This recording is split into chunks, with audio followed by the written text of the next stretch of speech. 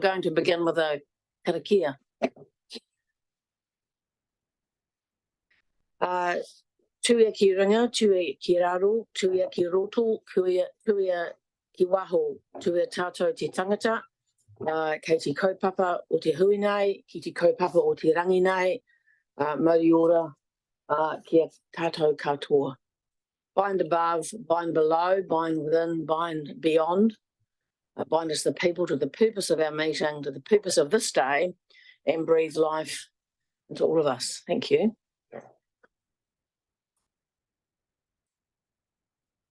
Some housekeeping. We've got Councillor Maru on Zoom, and I see Catherine's on Zoom from staff. Max, welcome.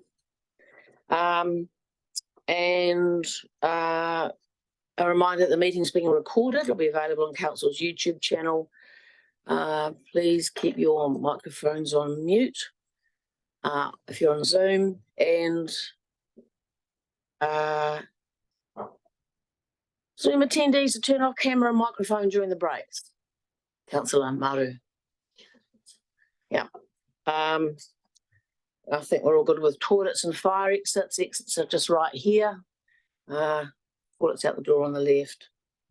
And we've acknowledged that the media are here present today. Apologies. We've got an apology from Councillor Shallcrass, an apology from Councillor Greening, and Mayor Tim for lateness. Is somebody happy to move the apologies? Thank you. And a seconder? Councillor Ellis, thank you. All those in favour, please say aye. Aye. Against, carried, thank you. Going to move to public forum. Lloyd, registered for public forum. Well, welcome. Appreciate you coming in. If you're happy to pull that speaker a bit closer to you, and there's a button on the bottom there to. Well, it says talk. That'll be it. Now you've got 5 minutes, Lloyd, and I'll let you know when we're getting near that, if that's all right. Madam Chair, councillors and others, thank you for the opportunity to do this. I want to talk about toxoplasmosis and its story. I'll suggest that when you get home, you go onto Facebook and look it up, because there's some very good information there on it. I've been hit extremely hard with it this year with lambing, and it affects nearly all warm-blooded animals, including sheep and humans. Toxoplasmosis gondii is a protozoan with a very hard shell and affects reproduction cells, central nervous system, lungs, liver, and the brain. Now, cats spread this millions of oocysts in their feces, especially young cats. And I'm in a position where I am there. I'm alongside the village, and we've got the sewage pond as well. It's not good. Sewage systems don't kill it adequately, and they survive to contaminate pastures, grain, hay, and water. Now, they've got a very bad problem on the western seaboard of the States and Canada, where they're losing their otters just through this. And apparently they lose their fear of the orcas, and they're just as likely not to swim up to them. And it's one of the orcas' favourite foods, so they haven't got much hope when they do that. 60% of cats tested positive, and there's no vaccination or pills that you can give to clean it out of the cats. So it's a fairly virulent sort of a thing. One of the worst things that I feel is happening out where I am, it's being put down the toilet, or the several blocks of concrete there with drains going into the sewer system, that were there when there were a lot of dogs in the village, and if they had more than 2, they had to put in kennels. Now, the kennels have disappeared, but these blocks of concrete are still there with the access straight into the sewer line. So I feel that probably a lot of that is going there. And it's a real no-no, because once it's in the water, it's very hard to detect until the animals on the receiving end get caught up with it. Even you go to the vets and you'll have a look on the kitty litter bag, and it says safe to put down the toilet in small quantities. Well, I think it's more than time that I'm going to have a go at MPI on that one, that something was done about it to make them take that off, because that's the worst thing they could possibly do.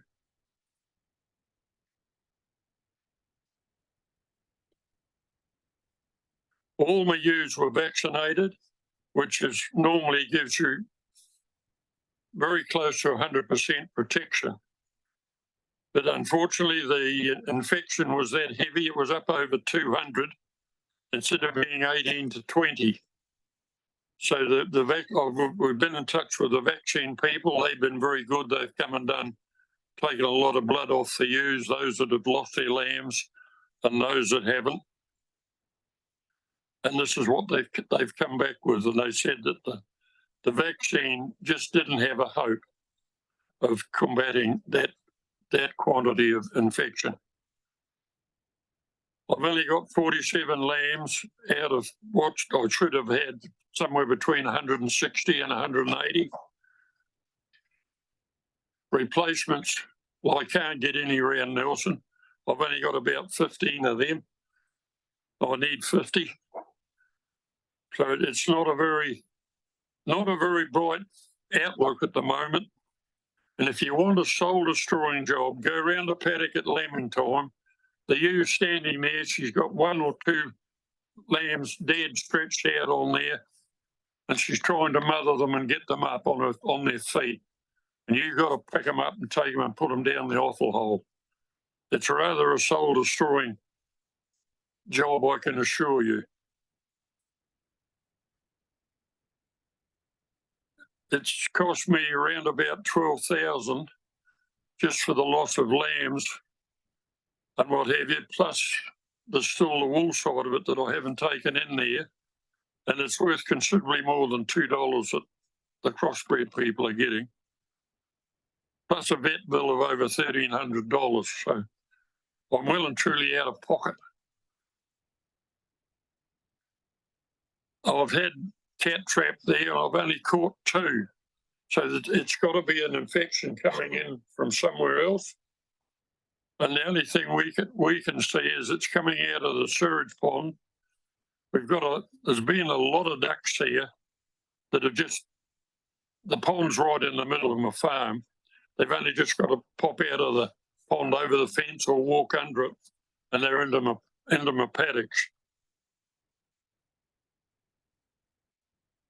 There's a lot of areas still don't know about the disease.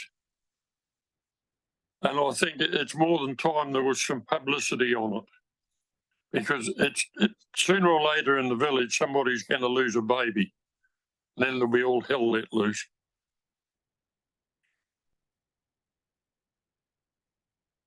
I'd very much like the council to do some publicity in there and see what they can do. This is just one I picked up off the internet. It's this was with Hector's Maui dolphins.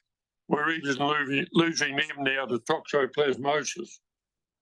So it's a very serious disease. But if you go on to Facebook, there's some very good articles in there. And there's one in particular, and I think it's Thailand, where they use ducks in their rice paddies a lot, and they're having the same trouble there with the toxo in the rice paddies. I think that's about about all I need to say on it. But putting kitty litter down the toilet is a real no-no, and yet it's on the bag that it's safe to do it. Thank you, Lloyd. Is there any questions? Yeah, really appreciate you coming in and bringing us to our attention. I think Deputy Mayor Bryant, you've got a Yes, question or Lloyd, I just get you to comment? clarify, because not all the councillors know where you live. Unfortunately, councillor Marling and I do. So Lloyd's an old established farmer at Tapawera, and if you'd like to tell the councillors how long you've been there, and your farming, his land is right adjacent to the village and the sewage pond. So just a question around that. And also, do you think it's feral or domestic cats, or it doesn't make any difference, or is it? Well, I don't think it's wild ones, because I've had the trap set there for some considerable now, and I've only caught 2. And the son's been around with night vision gear and he hasn't seen any. So it's got to be coming from some other source, I feel. The other one, I was damn disappointed, to be quite honest, with the council over the I let them in to put their new pipes in to save them an awful lot of money by having to have a crane up on the road and what have you when they did the sewer line. Anyway, they pulled apart on the other side of the manhole. It ran out into my paddock. I didn't realise it. It grew a lot of grass and tomato plants and stuff, and the sheep ate it. Now, I sent some of those ewes to the works, and there was no way in hell I should have ever sent them to the works for at least 8 months, yet nobody told me about it. And I think that's a bit poor on the council's part. That should have been fenced off so that the sheep couldn't eat it. Thank you. In terms of other farms near you, I'm assuming there's some farms around your property. Are other people experiencing similar percentages of loss as you, or do you think that because the pond is right there among your paddocks that's you're being affected more? Maybe you don't know. Well, I'm the only one anywhere near there with sheep. The rest either hops or cattle. So I'm there in the firing line. Yeah. A suggestion's been put to me that to let you know about the joint pest management plan that's coming up. There's a big consultation process there, which you could submit to, but it would be helpful if whoever's involved in that perhaps takes Lloyd's contact details and just gives gets in touch about that, so it doesn't just sit with you to keep an eye out for when that's happening. I've already talked to Lloyd about that. Great. So, yeah. All right. And we'll follow that up. There's a lot of trouble in the village with cats. They're disappearing, and you see a notice on the board they've lost their cat. One even turned up home shaved.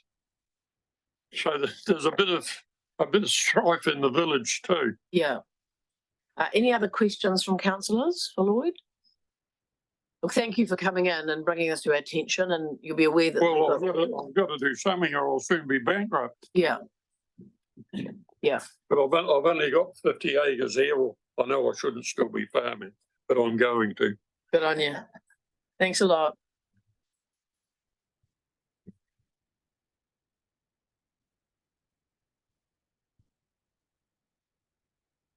Does anybody have any declarations of interest to declare today? And no late items?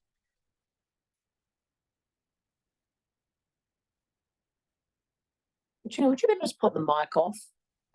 Thank you. Cheers, thanks for that.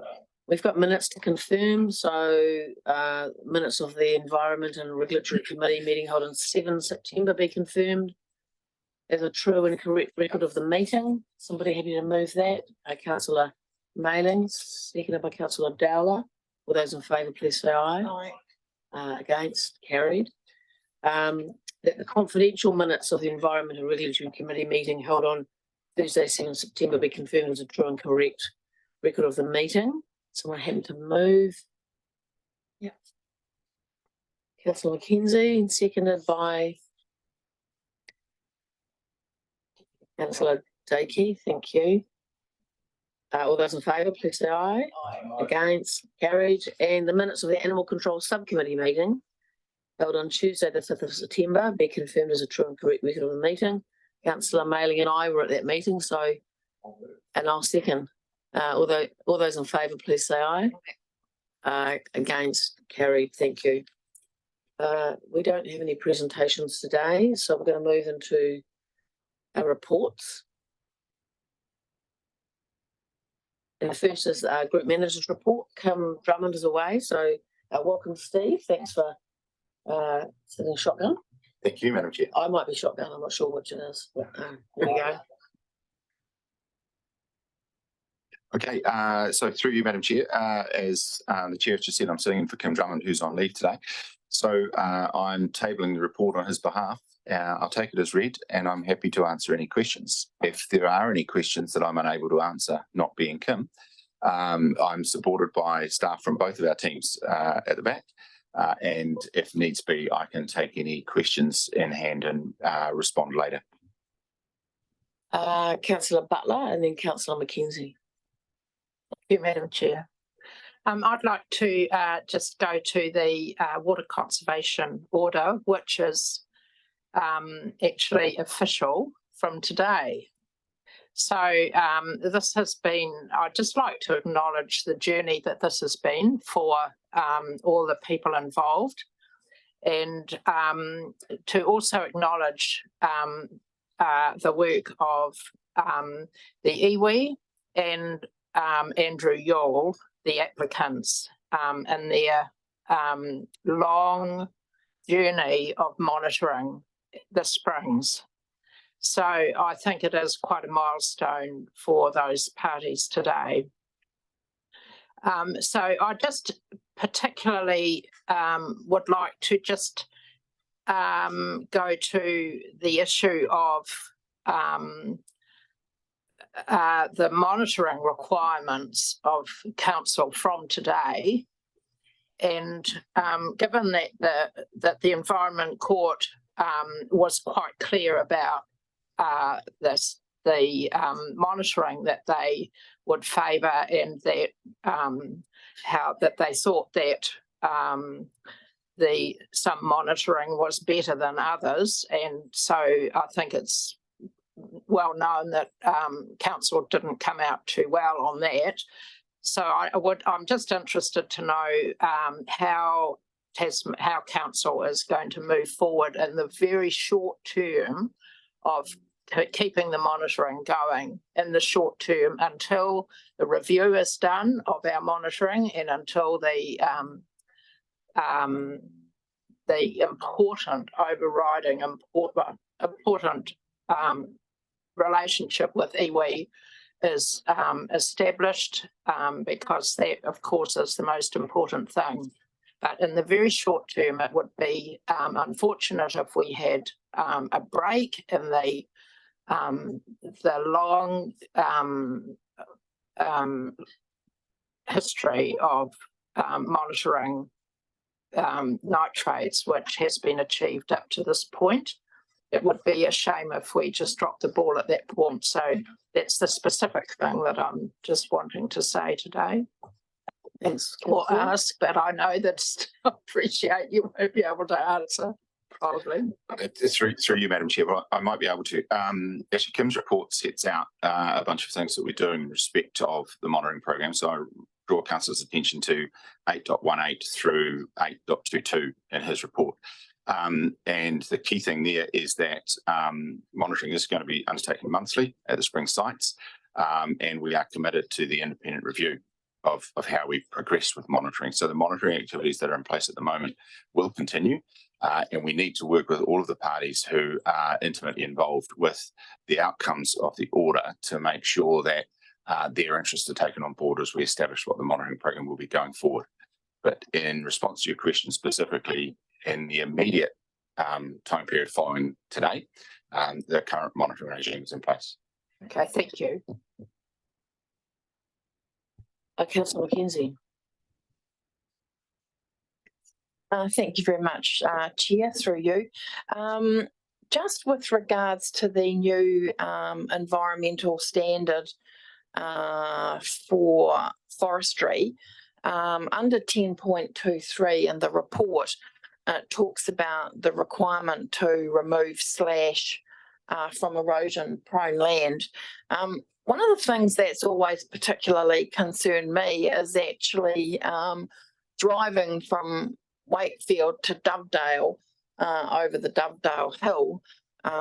When harvesting occurs, they end up with huge remnants of trees actually almost coming right out across the road after harvesting. So my question is, what is the definition under the standard of erosion prone land, and would there be a greater requirement to remove that slash from that area over the Dovedale Hill?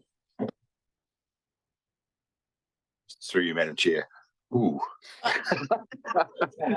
I'm happy to be advised later. So I'd like to do that, unless there's, I'm seeing some signals from the back of the room that Leif might be able to help us out.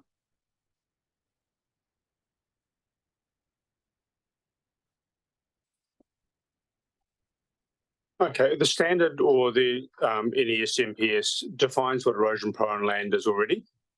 It maps it and it allows us to put additional requirements on that land that are stricter than other parts of the district. Currently, we're going through a plan review that will include the land disturbance rules. We expect to see that within that rule set going forwards. So at this point in time, we have some requirements to deal with slash, not a lot. Going forward, we're proposing that the land and water plan that's notified by the end of 2024 will have stricter rules associated with that. Okay, through you, Chair. So so at the end of that, there may be some change with respect to that area around the Dovedale Road? I don't know of the erosion susceptibility of that particular location because I haven't looked it up. But I expect that there's going to be a lot more depth to the rules and it will consider the issue in a lot more detail. Thank you, Leif. Deputy Mayor Bryant, then we've got Councillor Maru and then Councillor Walker. Thank you, Madam Chair. Through you to Steve and maybe someone in the back, just around the item feral and stray cat management, where we're looking to do it through the regional pest management plan. And it talks about we have a plan now for Abel, Tasman and St Arnaud. I thought the outcome of the workshop was that the plan would cover the whole district. As we heard this morning in the public forum, the effects are felt across the whole district. So surely a cat bylaw will cover the whole district. Is someone able to answer that? Yeah, through you, Madam Chair. Rob will. I had to leave that workshop towards the end, so I'm not familiar with where that landed. Kia ora, through the chair. Yes, the bylaw will be for the whole district, but remember there's two parts of the bylaws related to cat health, whereas the regional pest management plan is related to the wider issue, and that is a site-based program. So at the moment, the only site-based program is around the Waimea. So they're two distinctly different rules. So the recent workshop was just the bylaw. I think the council is talking about the regional pest management plan next Friday. Is that right? Friday week? Far ahead for you, Madam Chair, but just, yeah, and I think that's the thing that we need to, at the joint regional pest management committee meeting, we've put forward our position to, because it's both councils combined, have we relayed our message to Nelson that what we want to do and where are they at with it? Through the chair, yes, we have an active dialogue with Nelson. The hope is that we can align the bylaw work with Nelson. So we do the bylaw publication and notification at the same time. Yes, so the regional pest management plan, of course, is a joint document with Nelson, so that is aligned with them. Yeah, so at a staff level, we're definitely working well with Nelson. And any, once again, Madam Chair, any idea how long the bylaw will take to get in place?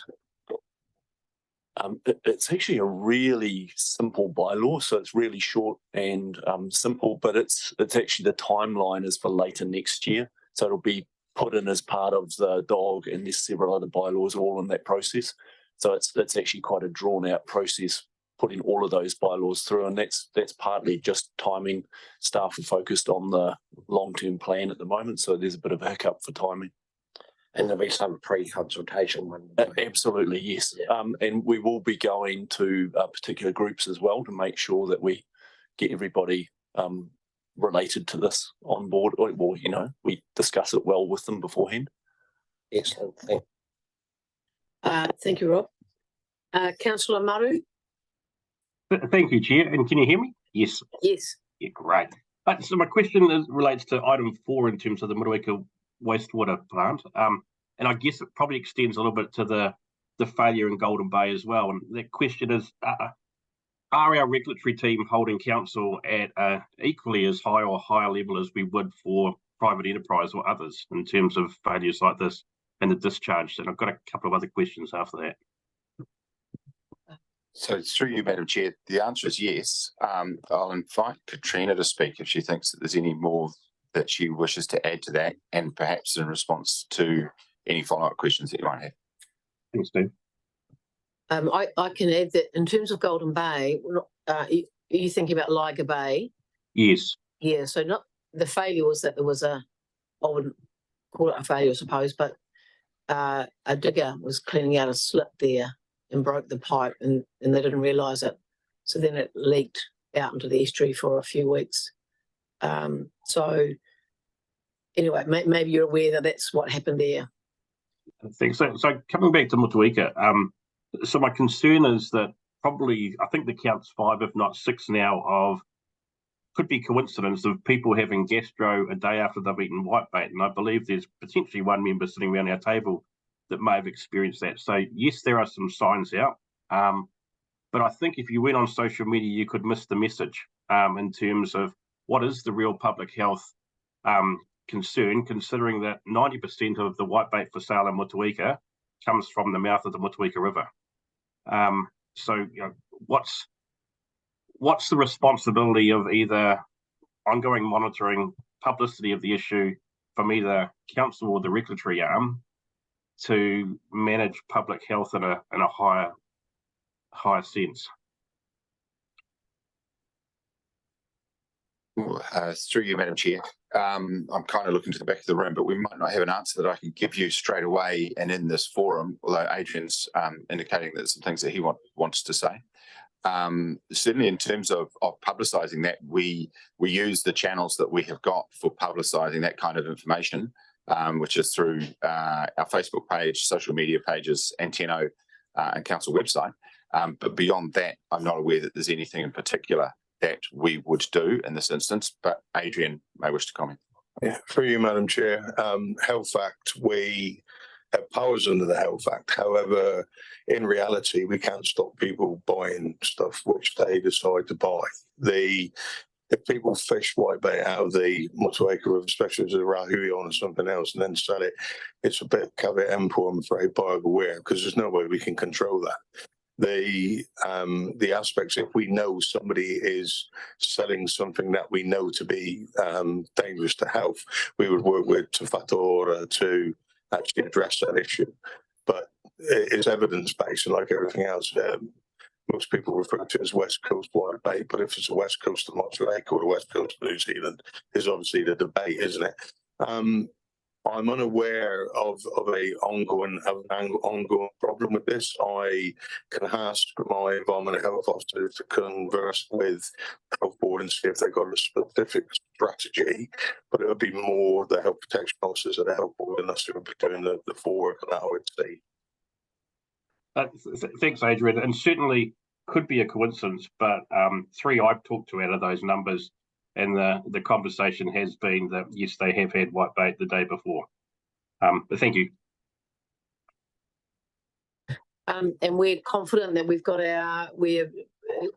done as much as we can around any failures in terms of where and how we notify. But what I did see is that this is, the Facebook matter, but, there's a Tata Beach group, and I did see a post on there about concern around once the broken pipe was realised, that signage to the beaches didn't happen. They felt didn't happen very quickly.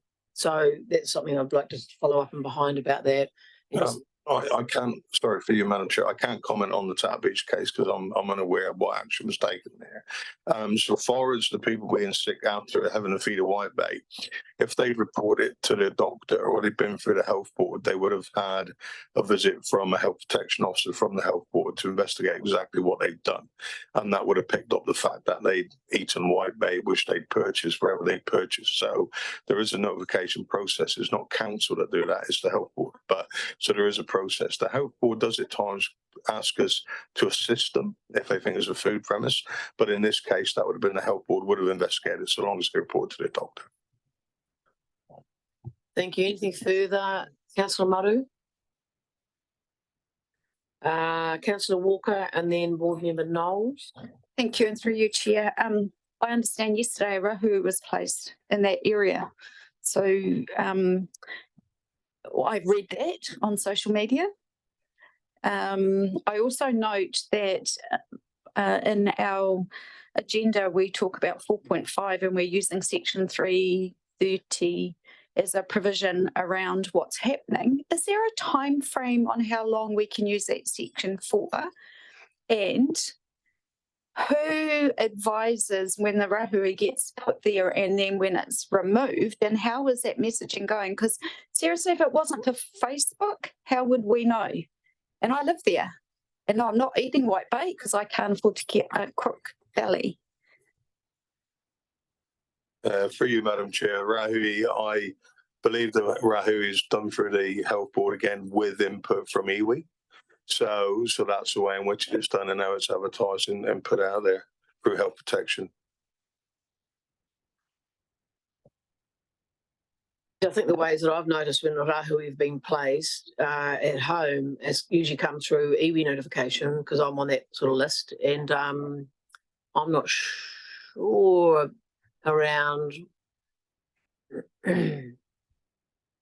how that, I don't know what the health board does in terms of how it's notifying and how the public generally hear about it. Yeah. For you, Madam Chair, the health board inform us that a rahui is in place, and they do put signage out as soon as they can. Again, I don't know about the Tata Beach case, and when the signage went out there, and I'm not aware of the complaints, but historically they've responded very quickly and they've got the information out there. So if it's not reaching people it should reach, then that's something we should take up with the health board and talk to them about it. Yeah, and I think council does put out posts on Facebook advising of rahui or for you again, Madam Chair. Yeah, we do. We basically put the message out there on our website as well. But obviously, if it's not getting to the people who need to know the information, we can have a conversation with the health board to see what we can do. Adrian, Board Member Knowles, and then Councillor Kinnamonth, and then Councillor Mayling. Long day. Through you, Madam Chair.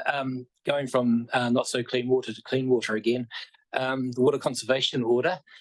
I note in 8.7 about the activities concerned about existing consents, and while we've got a few consents that are probably a long way away from being changed or being redone, we've got one that's coming up really soon, I believe, on the radar when it comes to blasting black marble.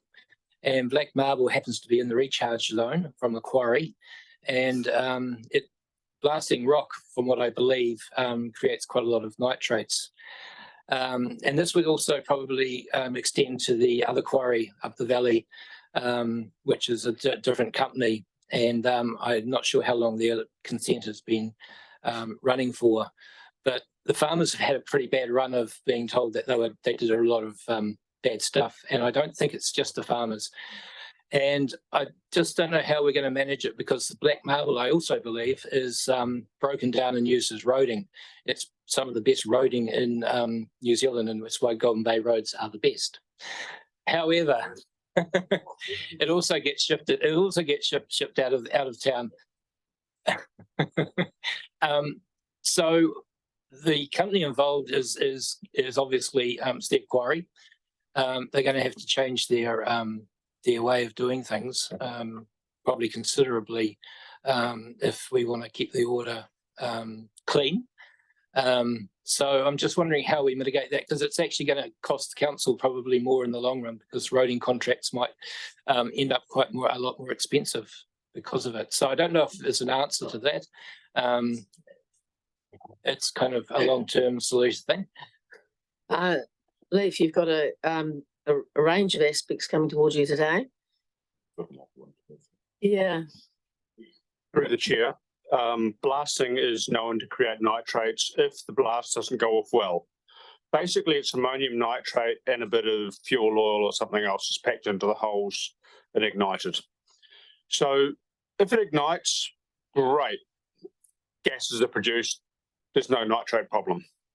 If it doesn't ignite so well, then you get potentially a discharge of ammonium nitrate to the ground. There's been a lot of work done overseas about minimizing those discharges. So it's packing the holes, making sure it's not wet, etc. So using it in a particular way, or using the explosives in a particular way. We know it's an issue. We have got some monitoring results which are suggesting that the nitrates downstream of, I think it's a Pig Vale quarry, are higher than some of the other areas, and we're trying to figure that out. My understanding is that we're going to get a consent application before too long from one of the larger construction companies. I expect that they're going to go down the guidelines of using explosives from other countries and show how they're going to minimise that discharge. Until I see an application, I can't give you any more information than that.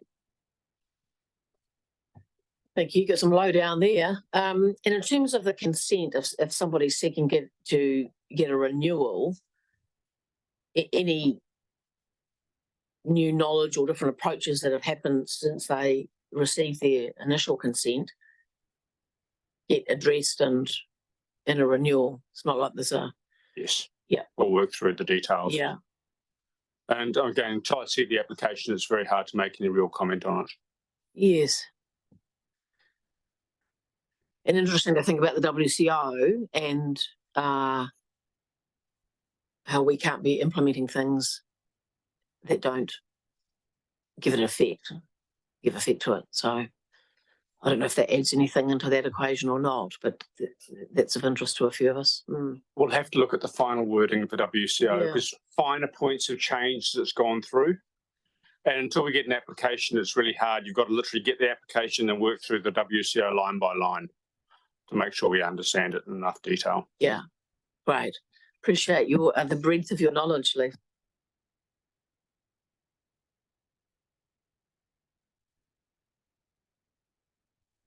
Thank you, through you, Madam Chair. A very topical presentation. Thank you, sir. I want to talk about the cat bylaw. I thought that we were looking at desexing and microchipping cats, but is the desexing, and maybe Rob might be able to help out here, Steve, are we dropping off the desexing cats and just looking at microchipping?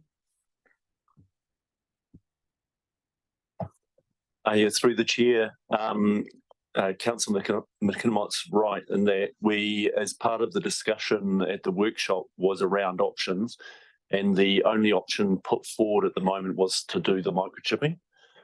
Desexing is done in some councils as well as part of the bylaw. Wellington is looking at that bylaw addition at the moment, but we are just going for the microchipping. Essentially, this is so your cat gets home when it's found.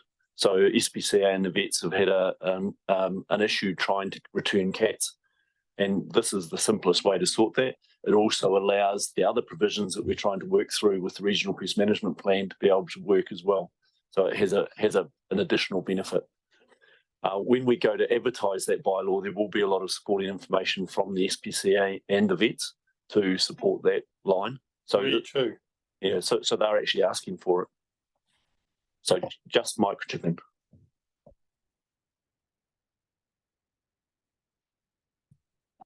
Yes. Through the chair. Feral cats, something like 28,000 feral cats throughout Tasman District Council. No, I might have that wrong. 28,000 cats in in Tasman District Council, of which 14 are feral. 14,000, sorry.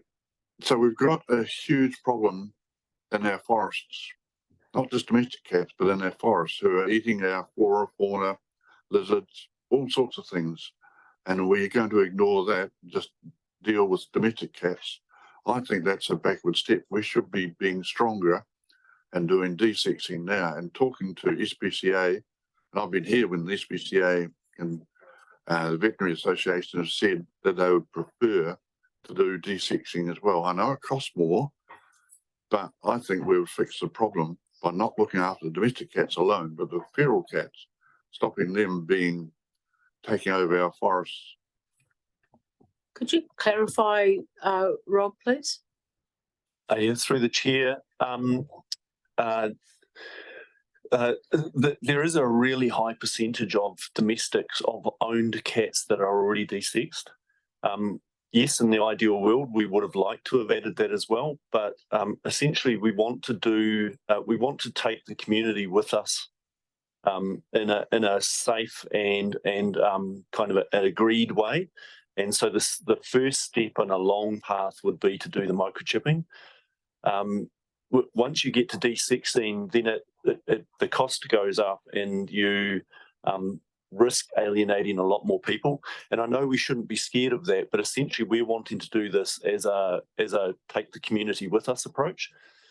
That's part of the reason why we're doing the bylaw and the regional pest management plan is the feral side of those cats has been dealt with through the regional pest management plan. People could always ask us to address the desexing option and we could review that again in the future. So this doesn't preclude that as being a future option. We're just doing this as the first step, and you'll see in Wellington when they did it, they went through the same path and essentially the community becomes comfortable with the situation and then they can address other issues. So so we're not ignoring feral cats. They are a significant issue, both to our landowners and to our native flora and fauna. Oh, get carried away with myself.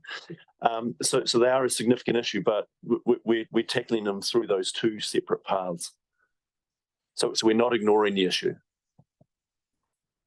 Through the chair, just one last question. So can I take it as read then that there's a two-pronged approach here? We're going to do the softly domestic cats for a start, and then we're going to have phase 2 where we're going to deal with the feral cats, and that might be some 5 years away or something like that. But once the community is accepting of the domestic cats being sorted out, then we're going to tackle the feral cats. Is that a clear understanding of that? Perhaps you could just re-clarify the two different streams that are happening in terms of pest management and bylaw. So the approach at the moment is to do the bylaw, so it's domestic cats, your cat gets home, and the regional pest management plan, which is going to deal with the feral cat issue. So that allows our community groups to really tackle those feral cats now. So they're both happening right at the moment. So we'll be entering both processes. But they are quite separate processes to do that. So we're not ignoring it. We're doing them both at the same time. And in the future, we might go back and look at that bylaw and say, should we also include desexing? But that's the bit that would be done at a later date. Thank you. And if there's any, it might be helpful to have a conversation, perhaps, just to, get clarity around the two different things happening. Thank you.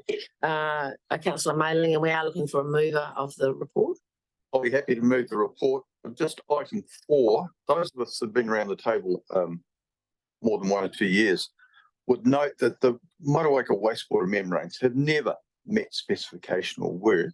So I'd like the manager of community infrastructure to just reply at a later date whether there is any comeback against the manufacturer or the installer, because they've never worked satisfactorily from day one. And as I said, Thank you. because this is a cost, one, to the environment and two, to this council, and it's never worked. Thank you. One more tiny question, councillor Kinnemont. Thank you. I forgot this one. And I sent an email off to Kim last night, which was being answered in part by Steve Manners. The alliance, clause 6, between the Department of Conservation, iwi, this is looking at a whole raft of ideas across our district. I'm just thinking of what how do I put it? How much control does this alliance have over this council's decision-making processes? Well, they're not in the room, so I'd say none. Are you, anyway, bit flip from me, but you know, this council's decisions are made here. And perhaps somebody might speak to the alliance in a briefish way, or perhaps a overarching. I mean, yeah, I mean, I think Through you, Madam Chair, between Rob and I, we can probably cover it off. But Thank you. I guess my initial reaction would be to say it's an alliance. And the nature and the definition of that word is that it's something that we have entered into willingly. We've had a range of conversations about how we might work for the benefit of the landscape in not only Te Tauihu, but also extending down to Buller and across to Kaikoura as well. So it's very much something that we're doing willingly, and that means that we're not necessarily being, to use a word, dictated to about how we might act in that space and in that subject. But I'll pass to Rob because he's more intimately connected with it than I am. Yeah, kia ora, and through the chair. So I actually sit on the alliance on behalf of council for Tasman. And so the strategy, so this is actually governed by a strategy that we've signed up to. People might remember Eugenie Sage in Parliament waving our strategy saying, why don't all regions have these strategies? Because it was groundbreaking. So Te Tauihu again has led the way. And from a council point of view, the benefits are all positive. So this is us essentially, but because we can leave all our baggage at the door, you know, between DOC and council and everybody, we all have histories. This alliance is about us all getting together de novo and saying there's some really big issues out there, and the issues around biodiversity and landscape scale biosecurity need to be tackled on a large scale. And if you want to boil it down to the very nub of this issue for iwi, it's about having, so people in the environment, they're all about the environment being a place that nourishes us, and we can bring our tamariki home. Remember, if it works for iwi, it works for us. And this is all about my children coming home, my grandchildren coming home as well to a healthy and fertile environment. The way we can do that is we can all work together. And essentially, you know, this is the 1 + 1 + 1 = 5 argument. So we're all working together. No decisions get made that impact others in the alliance. So it's a consensus-based decision making, and it doesn't supersede anything this council would do. So this council can still do whatever it wants. It has lost no sovereignty around its decisions. The alliance is essentially a way to value add to staff to do amazing work. And so right at the moment, the alliance has brought in $6 million across Te Tauihu for weed management. So that's money that's come separate to us that we brought through that vehicle. And while we are going to focus, we're going to have some funding constraints coming on us, the whole country is. The opportunity the alliance allows for us is to actually get philanthropic work moving into our district. And this is external philanthropic, so not necessarily even from New Zealand. And that's why we're working with Nature Conservancy, because that is multinational. and that can bring money into us, the money that we can't even dream about to do work. So that's, if we went to the bottom line on this, we want to bring in money to do stuff that we can't afford to do ourselves and provide for a better future in our environment. So it's a really exciting space to be in. But from a council point of view, there's no threat to us making decisions or it having an impact on our activities. Thank you, Rob. And just to note in the report that the Ministry of Fisheries and Ministry for the Environment have new signatories. I thought that was pretty strong. And when we speak about wanting to be collaborative and working with others and partnering and those things, this is a very strong example of that and it being very effective and important. So, and of course, the strategy is available to read. I couldn't quite pick where it is, where to find it in our system, but it'll be there to have a look at. Yeah. You'll put a link through, great. And Councillor Mackenzie's happy to second the report, should we ever get to that point. And Councillor Butler has one more point. Thank you. Look, it's just a technical question about resource consents and the natural hazards. And I'm just wondering what the process is when we have consents that have been granted some time ago. And sorry to interrupt. Does this come in Katrina's report shortly? Or is there a point in here where it's mentioned?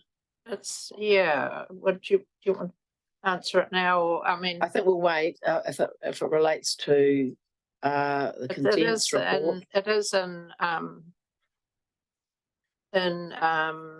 Kim's report. Have you got a section there for us? 11, 11, section 11. Thank you. Sorry, do carry on. 11. My apology. Thank you, Madam Chair.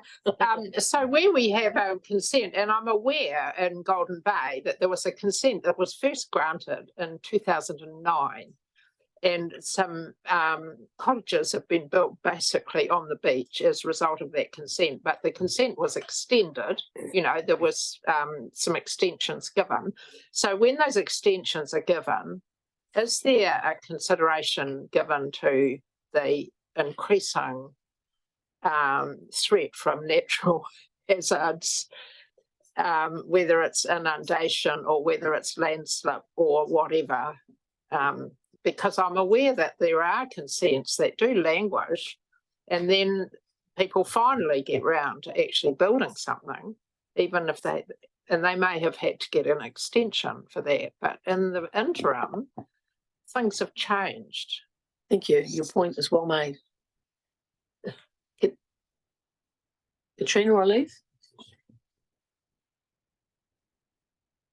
Madam Chair, Laith may be able to help as well, but this is an ongoing problem over the years where we've got consents that have been granted and we've got new flood modelling, more information coming to hand, and it is definitely one of those matters that we're still grappling with through the consenting process through land use. We've got obviously Section 106 of the subdivision to deal with it, but where there's an extension to a consent, then through the Building Act, they'll have a look at whether there's any sort of finished floor levels and designed elements for the building design. So for example, if they haven't built the building yet, they've got the resource consent in place and it has some stipulations or it doesn't, it depends if it has any sort of conditions around finished floor level or where it should be built and level. But when the building consent comes in, that'll be assessed on the current requirements, which could be actually higher than what we've already granted for as well.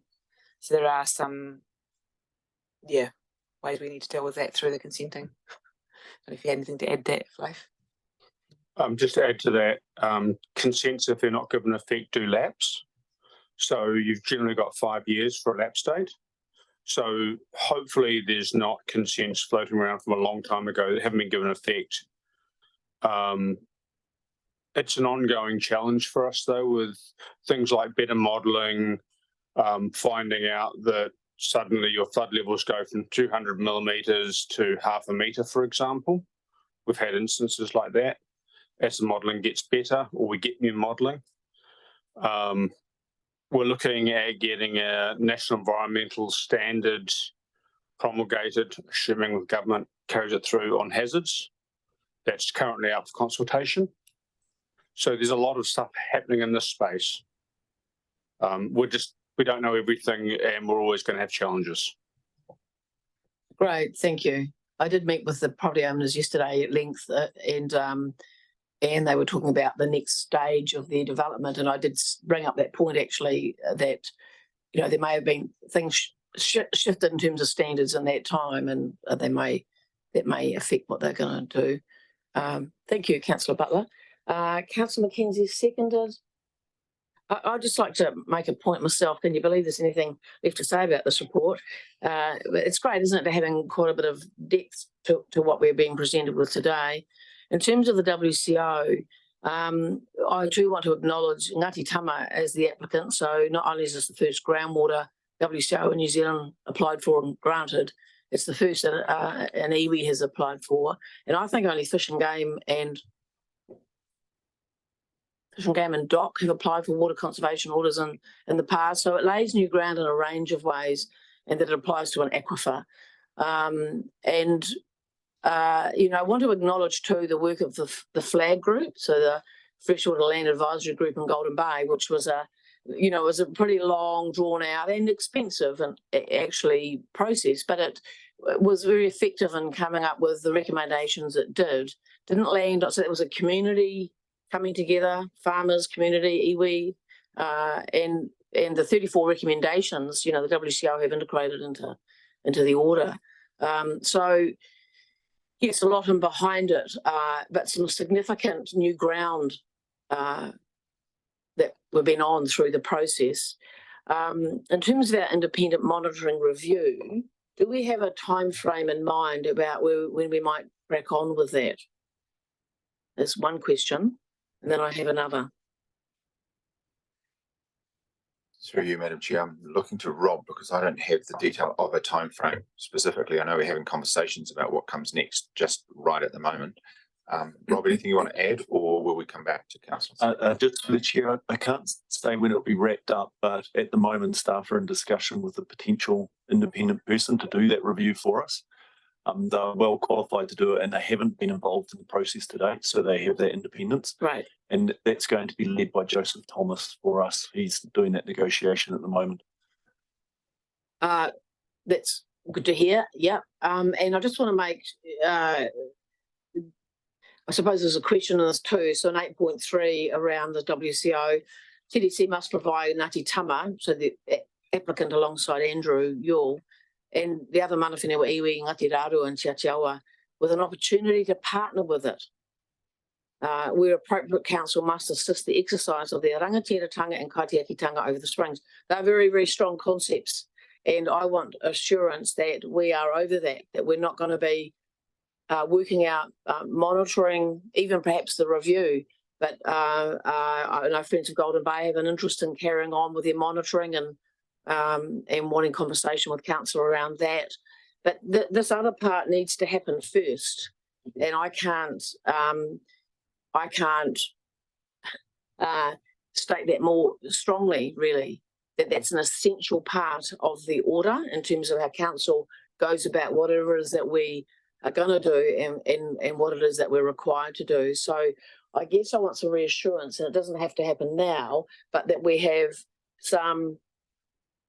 something in place or someone in place that has the overseeing, the overarching, that is happening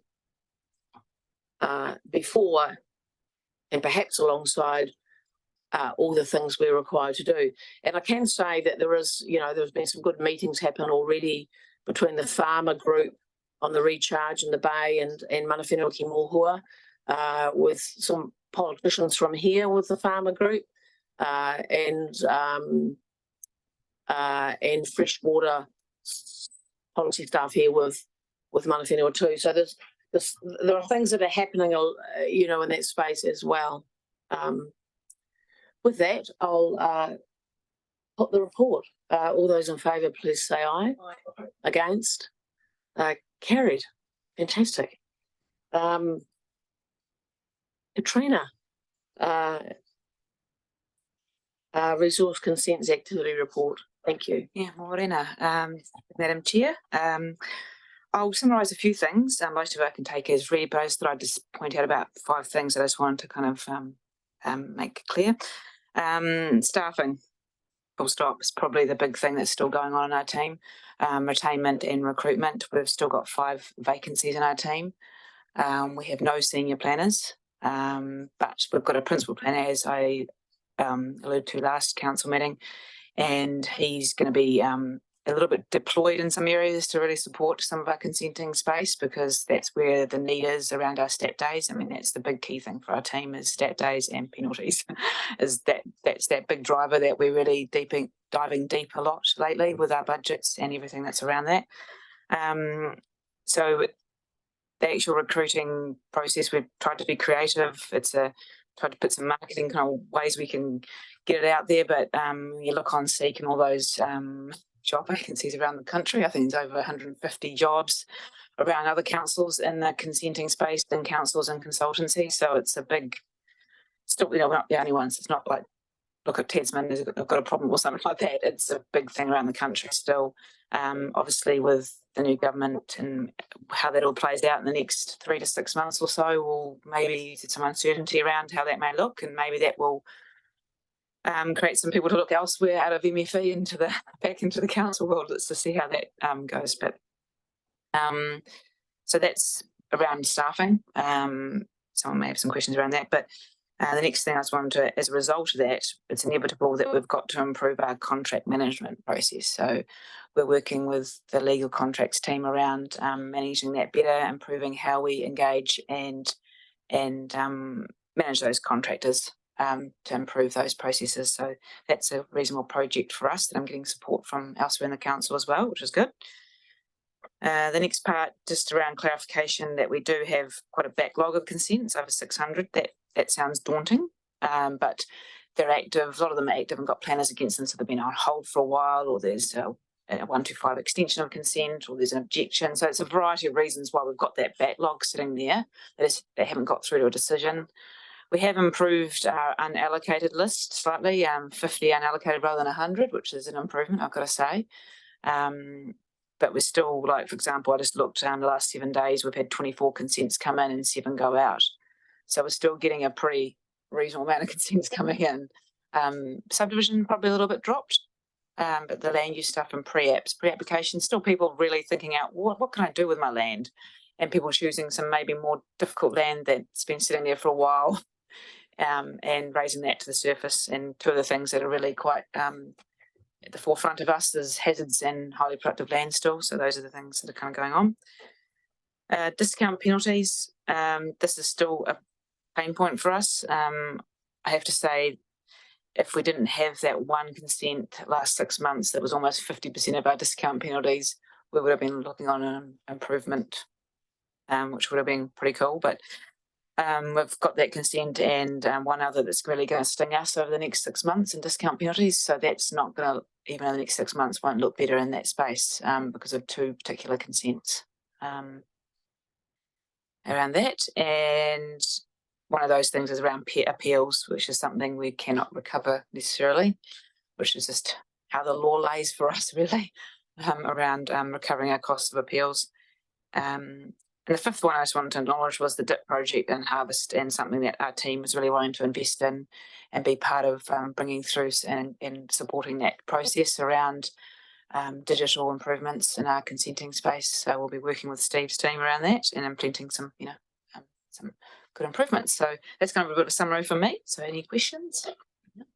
Yeah, thank you. And thank you for the report. A lot of information on there is very good. And I was interested about the process improvements. So it was great to have those sort of set out and the things that you're, trying to do or implementing. And I know a lot of thought and work and probably stress has gone into, trying to manage this pretty difficult situation that we have. Councillors, everyone's tired now. Look at that.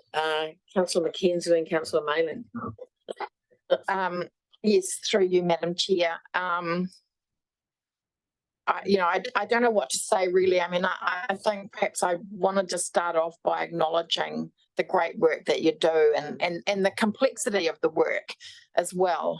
Totally appreciate that. but I'm left kind of sitting here, you know, as someone in a governance role and just wondering what decision could we possibly make that actually would help to alleviate the situation? And I don't know the answer to it, but it must be, you know, a bit soul destroying with the turnover that you've had, the difficulty in recruiting, not meeting the statutory requirements.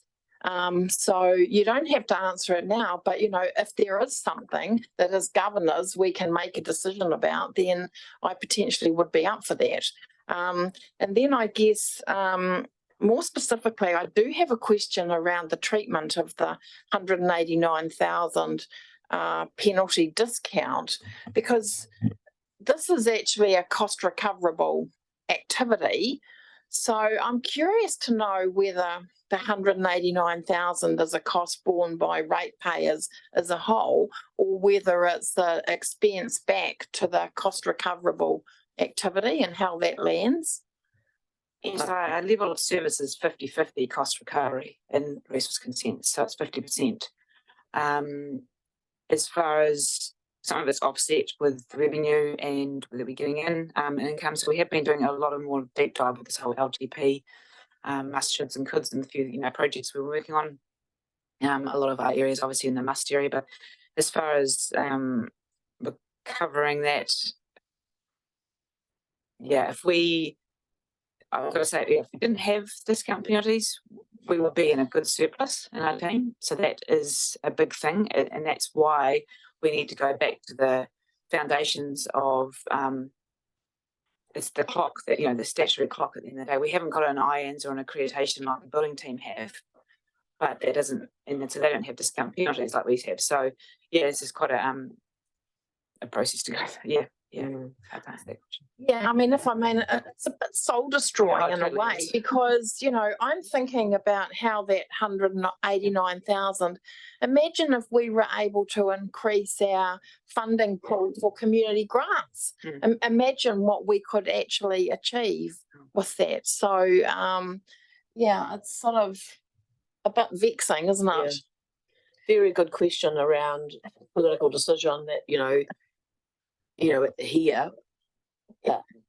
Yeah. So very good governance question. One more, yes. I do have one more. And it's specifically around paragraph 8.3, the Mapua boat ramp application.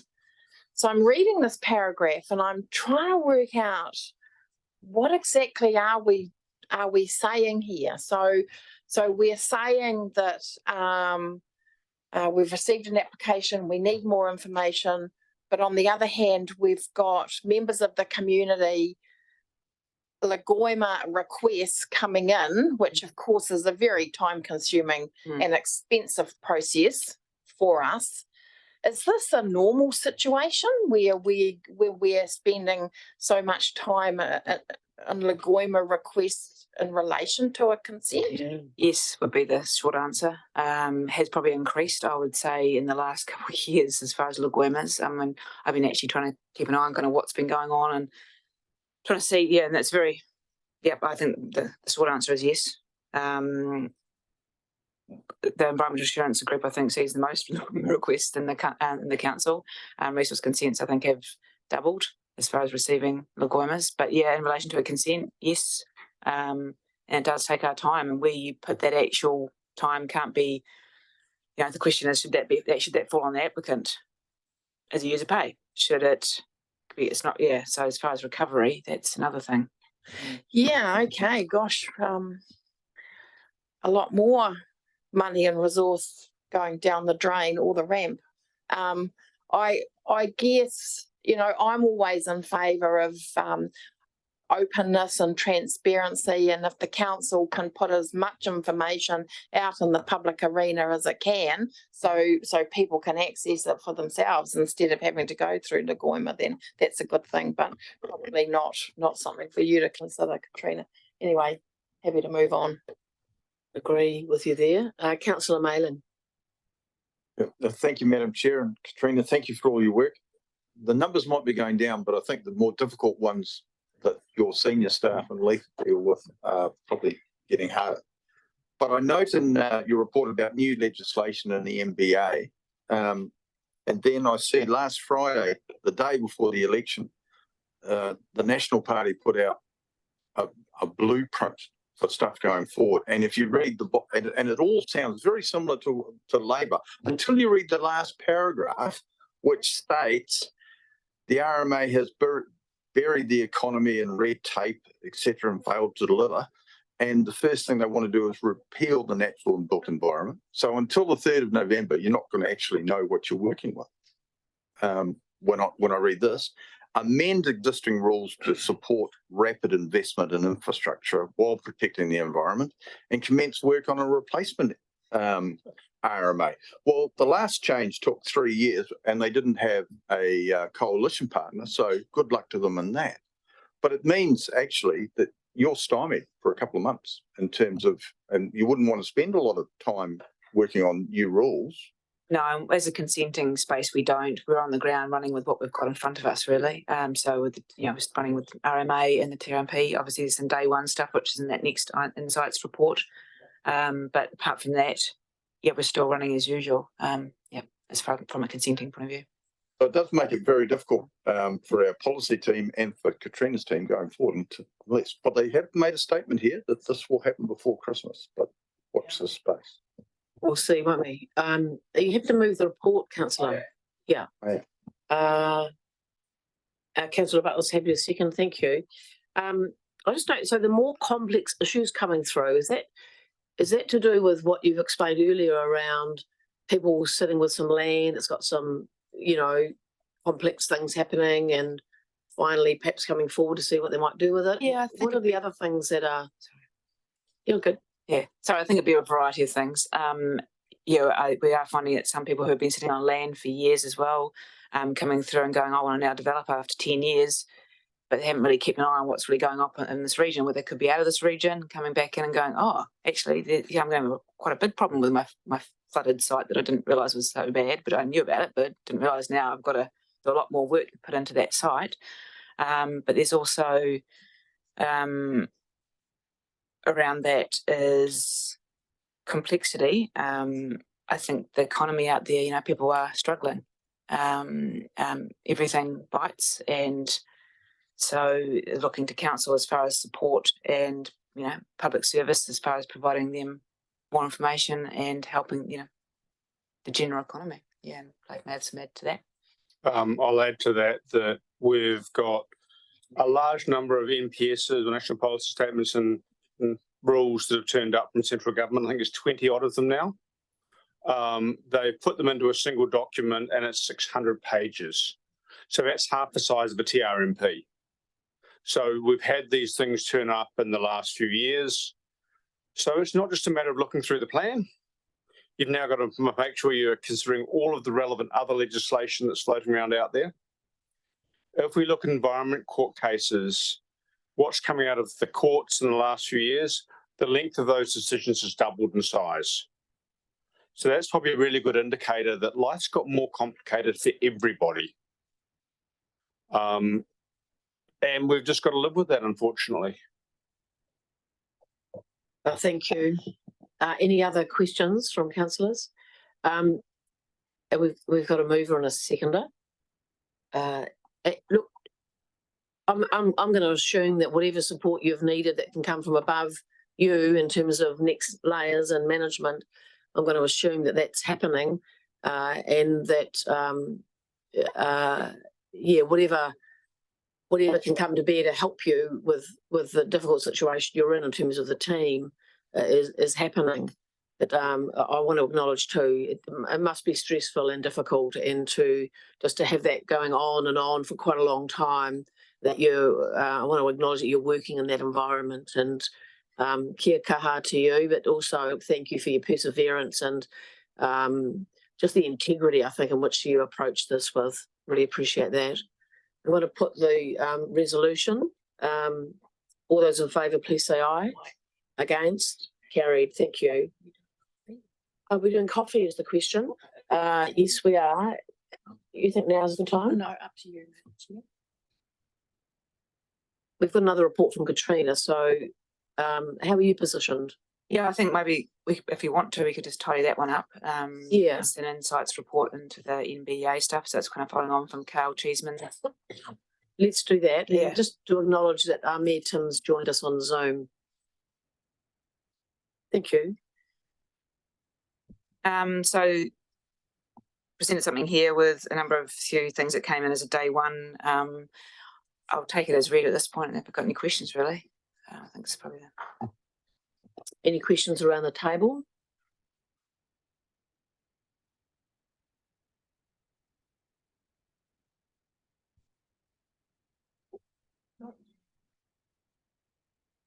I'm happy to move, Madam Chair. Thank you. Someone happy to second? Oh, Councillor Kinnamont. I'll second. Thank you. Look, thank you. This is helpful to have and to keep schooling us around where things are at. So appreciate it. It's certainly of value to us. Deputy Mayor Brian. I wonder if you just ask a question about the. Put your mic on first. It was on spot. Apologies, Madam Chair. Just in relation to the water consents, and now under the NBA, which we've heard from Councillor Marling is going to change, and now going to have a term that doesn't exceed 5 years. Where does that leave us with water consents? In a whole. Quick one. No. Yeah. The short answer is that we're assuming that part of the Act is going to be repealed. So we're writing expiry dates that say the consent either expires 5 years after the rules become effective for water, or the normal expiry date. So we're assuming that we're going to lose that part of the Act before too long, and we'll go back to the original expiry date. So we're writing consents at the moment that allow for that situation to occur. Because the original is much longer, isn't it, from memory? Can be. Yep. Generally 20 years, 15. For water consents, we've got common expiries, which are usually 15 years for each zone or aquifer. But things like stormwater, we'd be expecting to be 35 years. So a consent that's 5 years after the rules become effective might be, say, 8 years out. There's a very short-term consent. Exactly. Potentially the subdivision won't be given effect to before then. And then there'll be a new consenting fee and region. Yes. And the challenge is that because it says 5 years after a particular date, potentially we could end up with thousands of consents expiring on a particular day. Just what we want. ECAM worked out, I think they were going to have 5,000 consents expiring on a day. Don't know how the discount regulations are going to work with that. Seems like a little bit of a glitch in there, doesn't it? See why it seems like quite a big glitch actually, and it'll be interesting going forward how this actually pans out, won't it? Because we'll have expiry dates all over the place. Previously, we've had them consistent in the catchment. We're going to try to keep them consistent as best we can. Right. Good. Thank you. My little glitch was a facetious remark. Yeah, I'm aware it will be a significant problem. Thank you. I'm going to put the report that we received the report. We've got a mover and a seconder. All those in favour, please say aye. Against? Carried. Thank you very much for your work.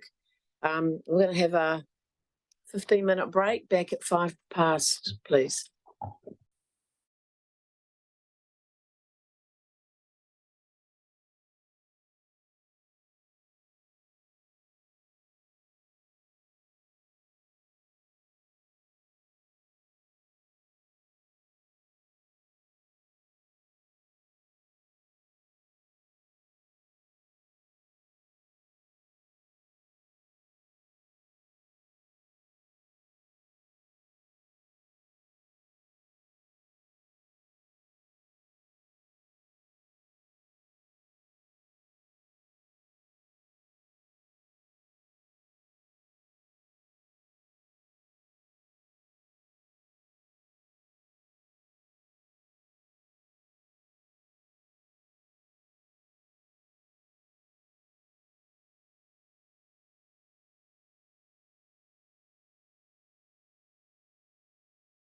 Sorry to yell, seem to have to.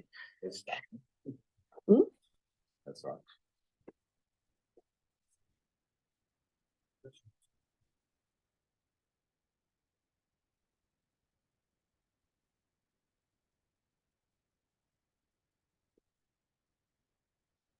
Recreation water quality. Holly, welcome. I'm Chris. Yes, so I'm Holly.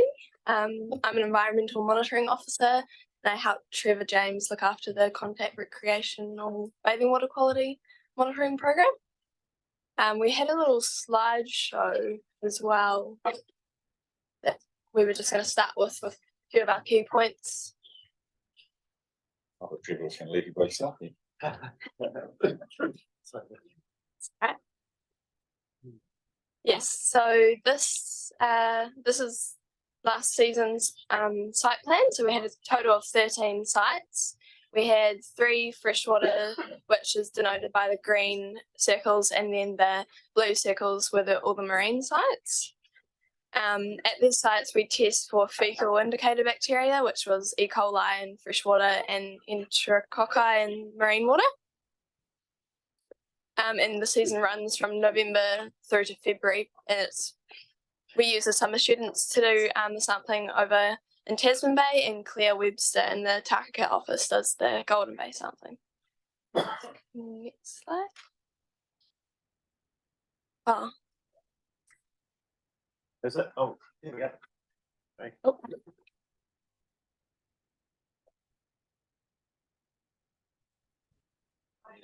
Oh. Oh, there we go. So this was our Stevens Bay Beach and Lagoon site. We added this site to our sampling list just because over the last few years there's been an increase in sewage overflows. So we deemed it as a high risk site. Last season it had the 3rd highest number of exceedances. We had one relatively high exceedance on January the 11th. We had to put signage out on the 14th, and the signage wasn't removed until the levels dropped below the exceedance level on Wednesday the 17th of January. We think that this was caused by a sewage overflow, but we cannot confirm 100% that it was. So this is some recent information. Sorry, this is just subsequent to the report being sort of published into the meeting papers. So we've got what we call microbial source tracking. So we get genetic testing to determine the source of contamination, and 2 sites in that program are to do with bathing beaches. One at Kaiteritiri, you can see the arrow there on the left pointing to the pipe that's discharged onto the beach. We've taken samples from that pipe for fecal indicator bacteria for many years now. We do get some quite high levels in there, but we didn't get any human trace from that site, so that's a positive. Then the aerial photograph on the right is Little Kaiteritiri, and you can see the arrow there of where the stormwater comes out onto the beach. There's a little lagoon there. We do notice kids playing in there from time to time, and so it is a risk site, and we did find a human element to the fecal sources there. So that is a concern. But we, in talking to our wastewater engineers, there were 2 good reasons for that. There was a sewer overflow at the Torles Drive intersection, Rolling Road, and there was a cross connection sewer and stormwater further up in the catchment. Those 2 have both been addressed. By early May, the sample was taken in late May. It will take quite a while to flush out. That's a new sort of hot off the press update. So this is our Road to Tai Reserve site at the Motu Pipi mouth. It's a tidal river mouth site. The Motu Pipi catchment upstream from the site is pretty intensive dairy farming, and is likely contributing to the contamination of the Motupipi River. The river itself is sampled part of the river water quality sampling program. This site has pretty high frequent alarms, and it was our second highest number of exceedances for the previous season. There's ongoing work to improve the situation in the Motupipi area, which includes the Catchment, Enhancement program, the Tasman Environmental Trust and New Zealand Land Care Trust. And the next site we move on to is the Rewaka Port at the Wharf Road end. This site has been sampled for the last 5 years, and we've deemed it as our highest risk site due to having the poorest rate of compliance. This previous season, we handed out flyers to the residents around the neighbourhood, asking them if they could help with identifying any sources of sewage or effluent discharges. We requested that they check their septic tanks for any leakages, and responses from the area suggested that liveaboard boats might be contributing to the problem, but investigations didn't find this. We've notified all the residents around the area that for the least risk of contamination, it's best to swim on incoming tides only, and like majority of our sites, wait 48 hours after rainfall. Another site is the Roding River at the Twin Bridges Reserve. This site has pretty good water quality overall, but we've noticed that pretty much every season it has one large exceedance. We've tracked these exceedances down to occurring between late December and late January. Past investigations upstream haven't been able to find what the source of contamination is, and it's a little bit difficult since there's a 2-day turnaround time between when we send the sample to the lab and when we get the results back.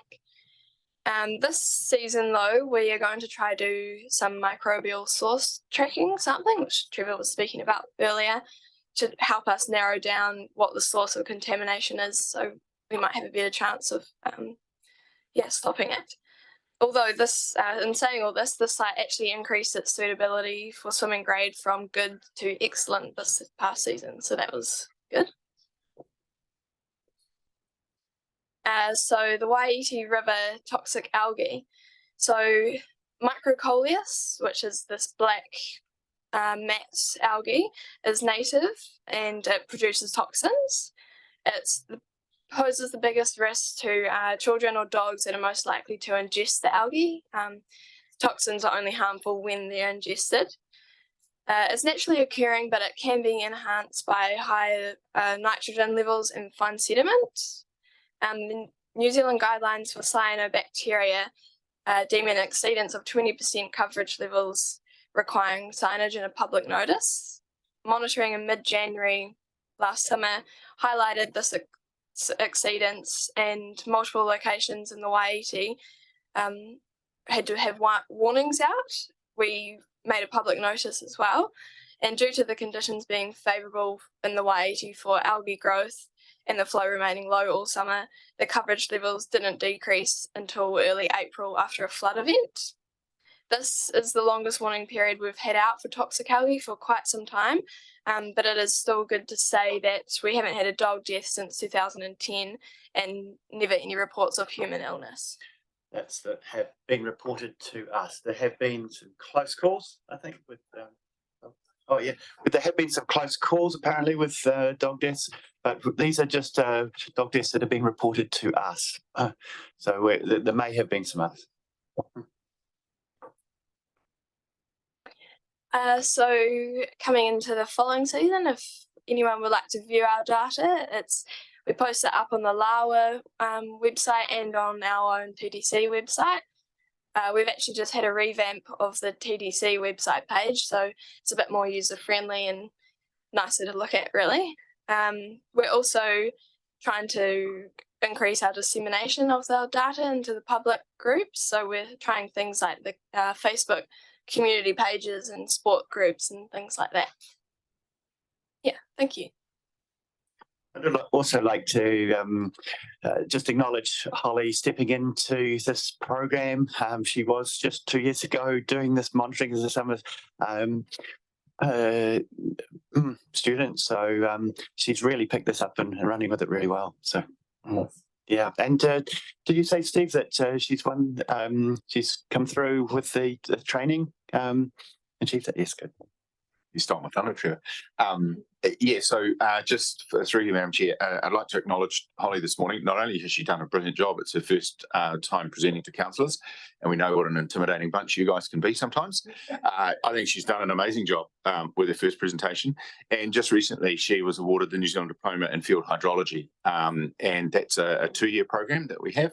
Holly completed in about 18 months. She's the second member of the team to do it, and I think that's a testament to the work and the ethic that Holly brings to the team, but also to Rob and to Steph for the program that we have, which is really leading in top of the south in terms of how we prepare ourselves for working in that hydrology space. So it's great that we can bring on people like Holly and get them trained up to take those more senior roles. So congratulations.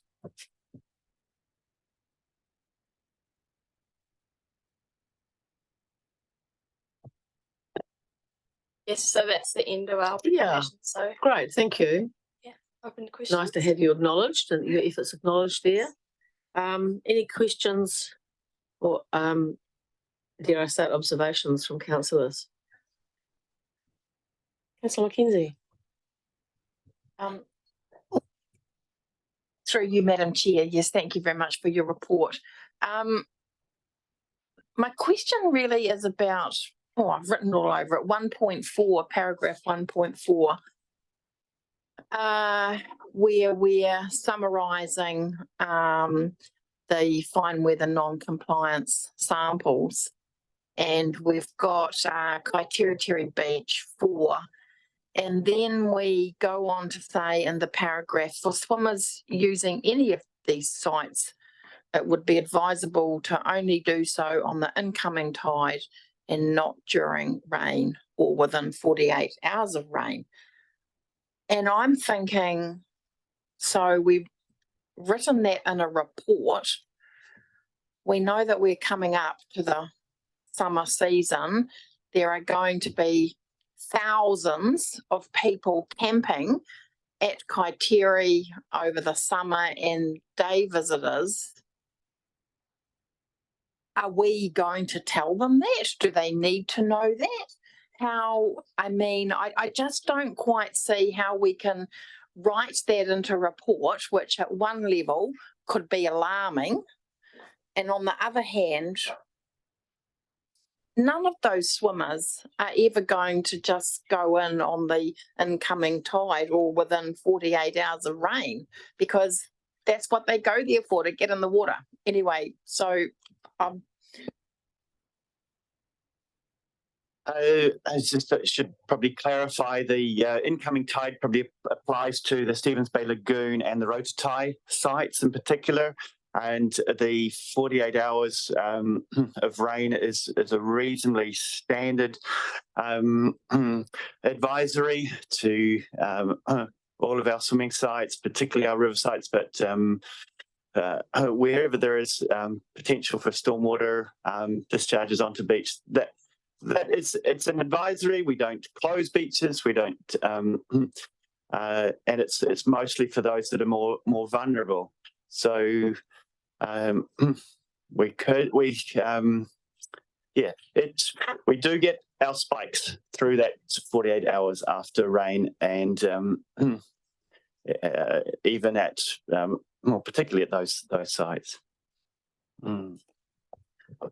If I may, so for example, if I was going to, I take your point around that sentence applying more to the Stevens Bay Lagoon rather than Kaitiritiri Beach, but some of it applies to Kaitiritiri Beach. I mean, if I'm going there for the day, will I ever read any information on a sign? Or if I go to camp in the campground and I get my hand out about stuff, will I ever read any information that gives me this advisory information?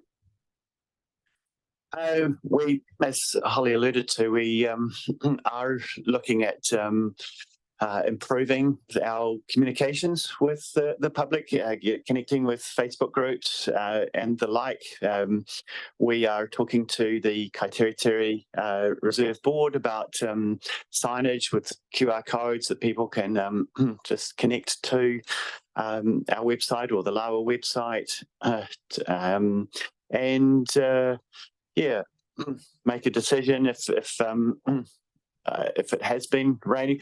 What we really want to do, and what other councils have done, like Auckland, Wellington, and others, is have a model that will predict the likely levels of contamination at a particular site. So these use hydrodynamic models that look at the wind and tide and the input from rivers and so forth, and will look at they are achieving quite reasonable accuracy and will be much better than our blunt tool about saying not during rain, because sometimes some rain events will push up a spike, some others don't. So it's a bit of a broad brush approach at the moment. We have tried to set up this model a few years ago for our region. It does need a bit of work. We put a proposal in the long-term plan for that, and I think it would be a much more precise warning on the day of people making those decisions about whether to swim or not. So, perhaps if I could just add one thing through the chair. So thank you for the question. That gives us a really good reminder of a need to look at how we might publicise some of this information. But the other thing that I would add is we can't unknow something once we know it, and the corollary to providing the information that Trevor provides in his report would be to say nothing, and that wouldn't be an acceptable outcome for our residents either. We discussed that earlier when we talked about the rāhui, which is in place off Motueka. So I think we'll take the question as guidance to us to look at what our communication plan might be and how we might do that. But I think it would be irresponsible for us to know this information and not do or say anything. So. Yeah, if I may I totally agree. No problem there, Steve. But the way that this report is written, as it currently stands, I'm reading it as interpreting that if I'm going to Kaiteriteri Beach, then I should only swim on the incoming tide. So because that's how I could interpret that. But you've explained that that's not the case, that wasn't relating to Kaiteri. So I think we do need to be really careful in how we express something.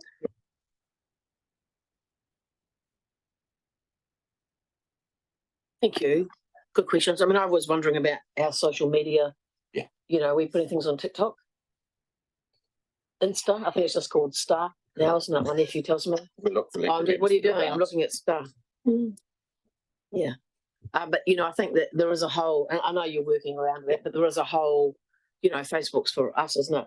60s and 50s and something. So if you think about a bunch of people out there at Kaiteriteri swimming and camping and how we get a message out about that. Councillor Butler, Councillor Walker and Councillor Maru. Thank you. Thank you, Madam Chair. Thanks for the report. I just wanted to ask about two things, or it's really one, but just about Motupipi at Rotatai. I actually don't think anybody much swims there. I might be wrong, but I don't think it's a popular place to swim nowadays. But I'm just wondering about, so the Pahara side is right down the other end, isn't it? So are you sort of confident that the Pahara beach in between is safe, or should the incoming tide thing apply to the Pahara beach, particularly outside the campground, you know, where there's a lot of swimming? Is that through the chair?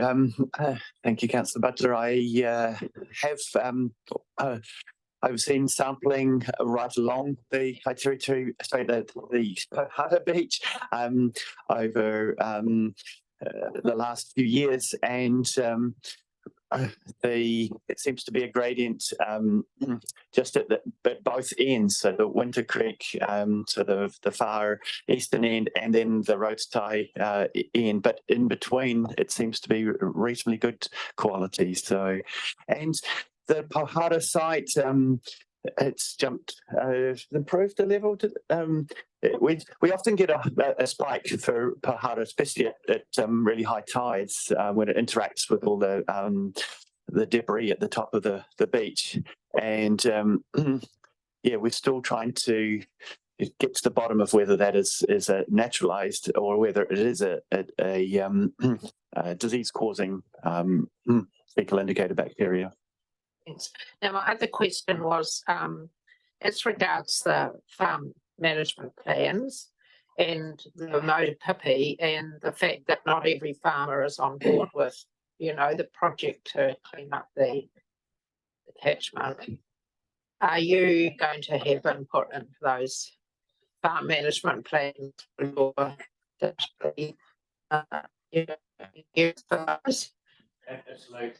Absolutely. There is a catchment context values process that we would pass through to our catchment facilitators. And so this is going to be quite a lot of work to compile all that information for each individual farmer in a language that they can really understand. Thanks very much. Thank you. Councillor Walker. Yeah, thank you through your chair. And yeah, thanks for a great report. Some of my concerns or questions have come through from Councillor Mackenzie. I guess I know that we get regular notices put out there, and I know that we use our Facebook pages and other things. I'm also mindful that we have a big influx of people that come who aren't based here, who wouldn't tap into TDC's Facebook or Councillor Walker's or Councillor Murray's. So that messaging to me is really, really important. And I know we've talked about that, so I'm going to leave that sitting there. The one thing that I want to ask you is, you state that we use this blunt tool, and it is a blunt tool, and you've talked about a model which predicts, gives you better accuracy of measuring, advising, warnings. Did I hear you say that that is being looked at and you've put it in as a budget for the long-term plan? That's correct. Okay, so I guess for me, that's the first that I've heard of that. So when I'm looking at long-term plan and where we're going with it, I just wonder where the story of the importance of this fits in when we're mindful of all these other things that are happening in our environment, and, people being unwell, whether that's from the weight bait or not. How does the story come to us so we understand the urgency in some of this? Yeah, Rob's going to have a comment, I think, here. If that's all right through the chair, you might not like it. You're aware yesterday, day before, you got the first cut, which was looking at must, should, could, and it was the must options. This is not a must. If you put a value value cost for it, this is an expensive process. We're ticking away at it over time. It's not a must. The people have to swim with their eyes open as well. And it's not new that anybody going to the beach will know if it's been raining, you should not swim except by choice in 48 hours after rain, or if it's dirty. We were brought up with that as a kid. So, that's not new. The reality is we would love to do what those great big regionals do. But we're not a great big regional. And if we had the money to do that in an expedient way, we would be able to tackle a whole lot of issues that a small ratepayer can't do. So Trevor has been really trying hard to get this one over the line, and has been picking it away in bits. So I don't want to diminish what's been happening. But when we look at rate burden, this is not a must project. This is in should, could basis. So yeah, and don't think hundreds of people are getting sick. So there's an impact sometimes. Actually, you know, the reality is, how many people do you know that have been to Kaiteri that have ever been sick? So we've got to put it in context of, you know, we all eat dirty chicken sandwiches and stuff and that. So, you know, this is not something that is changing the world. Thanks, Rob. I mean, you know, do we have any signage out at Kaiteri Beach or others where this has got that basic information? Just a hardcore sign that says swimming, rain, 48 hours, you know, is there an advisory notice just somewhere by the shop door or anyway, that seems like an inexpensive way to, you know, put it somewhere that most people will walk by. I don't know. We don't at the moment, but we have been talking about doing just that, again with the QR code so people can dive into it in more detail as they want. Cool. We have talked to the Kaiteri Reserve Board every year, and we pass on information. So we hope that they will be a vehicle for that information. We understand there's a management change and we need to skill knowledge those personnel, and we will be doing that.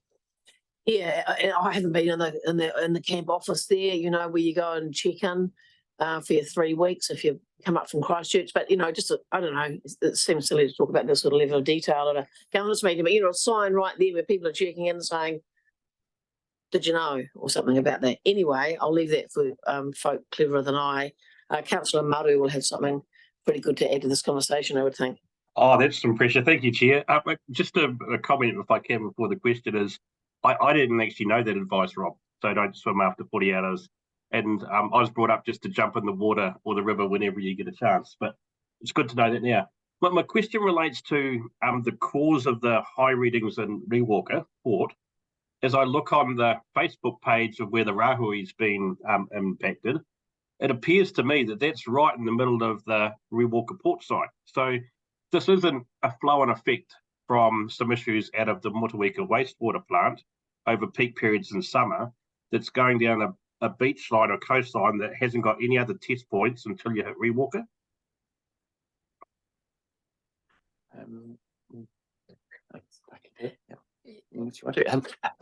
So we have been sampling Rewalker site for the last 3 or 4 years, and in that time we haven't had the failures of the membrane treatment aspects of the Motueka wastewater treatment plants. We've had a very well-functioning sewage treatment plant there. So it will be interesting to see what the situation is this summer, whether there is it's any worse or not. But I strongly suspect that the source is much more local.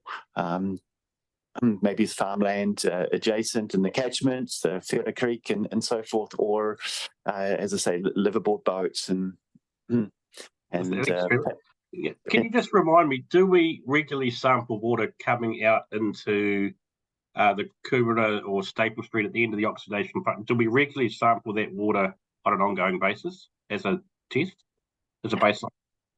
Through the chair, not through this program, but there is some level of monitoring through the wastewater treatment plant process, but it's usually just when there's some issues with that wastewater treatment plant. Thanks, Drew. I guess that's just a comment at the end of the question then, is if we don't know there's an issue, and that could be a source and it could end up, but it could be also, I take it from farmland or somewhere else. But thank you. Thank you. I'm looking for somebody to move the report and a seconder. Yep. Thank you, Councillor McKenzie and Councillor Walker to second. Is there anything further? Thank you for your work on this. It's very good to have this. It's timely too, isn't it? We're about to start swimming soon, some of us. So appreciate getting presented with this in the way that you have, and congratulations again, Holly. I'll put the resolution. All those in favour, please say aye. Thank you.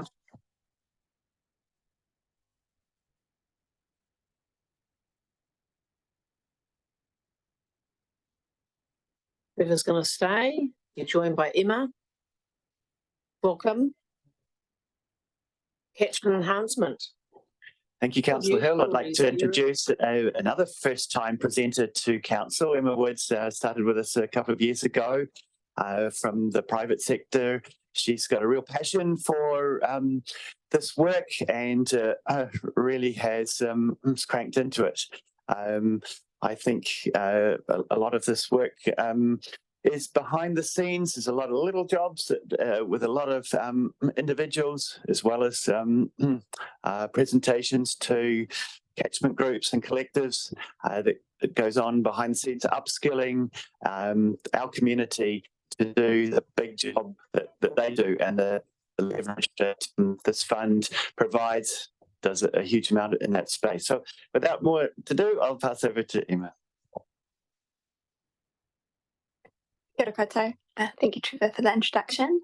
Trevor and I are here today to share sort of a visual representation of some of the multi-year projects we've had going on and some of the successes that we had in the 22-23 year. I'll start with a quick why. This program helps council to meet its obligations under the essential freshwater legislation, as you know, and the NPSFM. And we're aiming to stop further degradation, start making immediate improvements, and reverse past damage to our waterways. We're trying to support the mana o te wai and all the work that we do, specifically points 1 and 2 in the hierarchy, supporting the health of our freshwater first and health needs of people second. And Trevor, you've got what would you like to say on this? Yes, at a hui with iwi earlier in the week about our limit setting process. It was made clear how, all of our best policies and rules and what have you could only go so far. We do have this legacy effect of quite a number of waterways, about 150 kilometres it's estimated, and loss of wetlands, etc. That any amount of rules won't help. It's about getting over the legacy. We need to do active work to restore and rehabilitate those environments.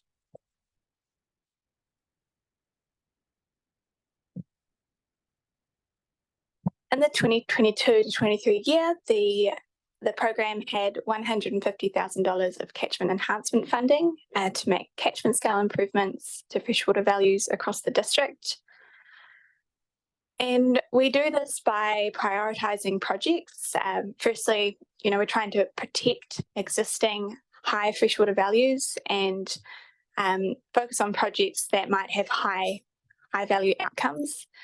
We aim to use novel and technical methods where possible to create new habitat and enhance existing habitat. And we try to collaborate with community groups and landowners as much as possible to support collective efforts and to leverage the value of the fund and make it go further. So the first multi-year project I'll update you on is Page Constructed Wetland, which Trevor started back in 2020 with NIWA. This is designed as a treatment wetland to improve the water quality, leaving this dairy catchment and entering the Waikato-Pupu Springs catchment. So this is what it looked like post-construction and planting, and this is where it's at now. So in the 22-23 year, we did some remedial work to the top pond to slow water down as it entered the wetland and improve plant establishment, because that we haven't reached our optimal level of plant establishment yet to, have optimal wetland function. But as you can see, the lower 3 ponds, they're well established now and looking really amazing. So it's cool to see this project coming along. The second site is the Motupipi River Enhancement site at the Factory Farm Bridge. This is what it looked like prior to works beginning. This is the site post willow removal and post ecological engineering to return natural habitat to this highly modified stream. And this is what it looks like now.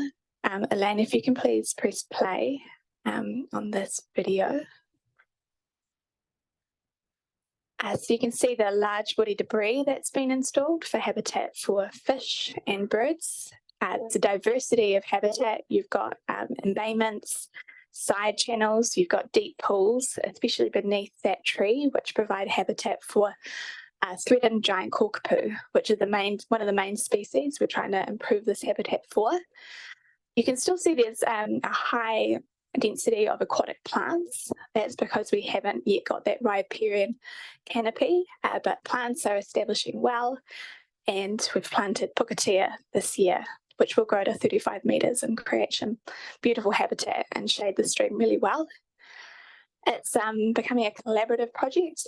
Lynn Hall in Takaka installed the path on the right-hand side, which is accessible by the public, and you can stand on the bridge and look up at the stream, and what was once filled with fine sediment and mud, it's now cobbled and stony with crystal clear water, and it's really beautiful. On to the next one. And Claire Webster in Takaka has been working with local schools to get the kids involved, and they can often point to the trees that they planted when they were 8 years old and 10 years old, which is really cool. So next I'll talk about some new directions we took in our constructed wetlands project. So through the Freshwater Improvement Fund and Catchment Enhancement Fund, we've been constructing wetlands for a number of years now, and the main barrier to these is the cost. They can cost upwards of $100,000, and for our fund, that's a significant portion of the annual budget. So we've been looking at ways to reduce costs and make it go further. And we were really fortunate to be approached by two landowners who'd made their living off the land and raised their families on the land, and they wanted to give back and sort of leave an environmental legacy behind. So the first one is, this is Eastern Constructed Wetland. It flows into the Motupipi Inlet. Motiri Inlet. Thanks, Trevor. And TDC supplied the wetland design and will provide the ecological supervision of wetland construction. And the Eastern family are providing all of the earthworks, which is a significant cost, and they've already planted 10,000 trees adjacent to this wetland and up the catchment, and it's turning into a really beautiful space. The second wetland, if you can please press play, Elaine. This is at Sunrise Valley in the Upper Motiri, and Phil Hyatt actually straight into the stream earlier in his lifetime, and now he came to us and wanted to return the stream to its original habitat, create wetland, and capture fine sediment that travels from the upstream pastoral and forestry catchments. And it's connected to some beautiful old growth forest downstream. And this video was taken during a workshop that our team supported, run by Landcare Trust. And we had 40 keen members of the community who were really interested in undertaking projects of their own. So as part of that, we've investigated even more low-cost options. And this was really driven by Landcare Trust, who had identified a real desire within communities to increase the area of wetlands we have without the big costs, and trying to avoid using the global constructed wetland consent where possible. So I worked with our consents team, Matt McDowell, to find a way to construct wetlands as a permitted activity within the TRMP, and this led to the Motueka Catchment Collective constructing one of the for $3,000. It won't provide the same area of habitat as those larger projects, but it's all valuable, especially in catchments like the Motueka, which have lost 98% of their wetlands, I think it is. So, and we're starting to see, we've had a few years of the Catchment Enhancement Program, and we're starting to see projects connect up within a catchment. So Motupipi, which we've talked about a few times today. In orange, you can see completed or ongoing projects, including the Motupipi site we looked at, and two FIF wetland construction projects on the right-hand side of the catchment. And throughout this catchment, there's ongoing efforts to eradicate willows and control willows between Landcare Trust, TET, Tasman Environmental Trust, and the Catchment Enhancement Program. And when you start working in communities, more members of the community start coming to you. And in green there, you can see a family applied to the Catchment Enhancement Fund, and we're supporting them with technical advice and funding, and they are fencing and enhancing 1,300 metres of stream themselves. So a really huge effort in that catchment. Also looking at how to make our funding go further. Fish passage is a real focus in the region, especially connecting with the Freshwater Improvement Fund fish passage work. And we've identified a real need to improve fish passage through tidal flat gates across the district. We've identified 23 private and public gates so far, and they're right at the start of the catchment, and they prevent or reduce the amount of fish who can access the catchment at all. So this is the first fish-friendly flat gates that were installed on Pearl Creek. And previously, Trevor's surveyed the stream, and it had a population of giant cockapoo. And the latest DNA data shows that giant cockapoo are barely holding on, or we've lost them from this stream. So hopefully in future years, monitoring will show a return in recruitment here.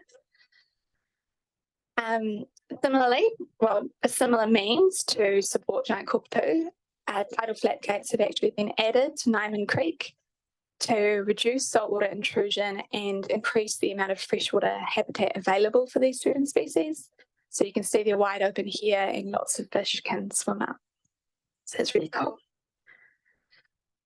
And we really set the scene for sort of a district-wide inanga spawning site program, and that involved collating all the data that Trevor's collected over the years, updating our database and online map resources, and we've been working with Tasman Bay Guardians to identify priority sites for surveying and enhancement. And what's really special about this program and this fund is that we can really empowering individuals who might be doing the work already themselves or want to do the work but don't quite know how. And we're providing a lot of landowners with technical advice, support, additional riparian plants or weed control resources to sort of expand this work further than we can ourselves. And we're trying to, as much as possible, work towards partnership in freshwater management. So in 22 to 23, that involved a lot of relationship building and, sharing our knowledge where possible. This is a photo from a trip with Ngāti Tama that I got to attend to the source of the Motueka Awa up at Maungakura in Red Hills.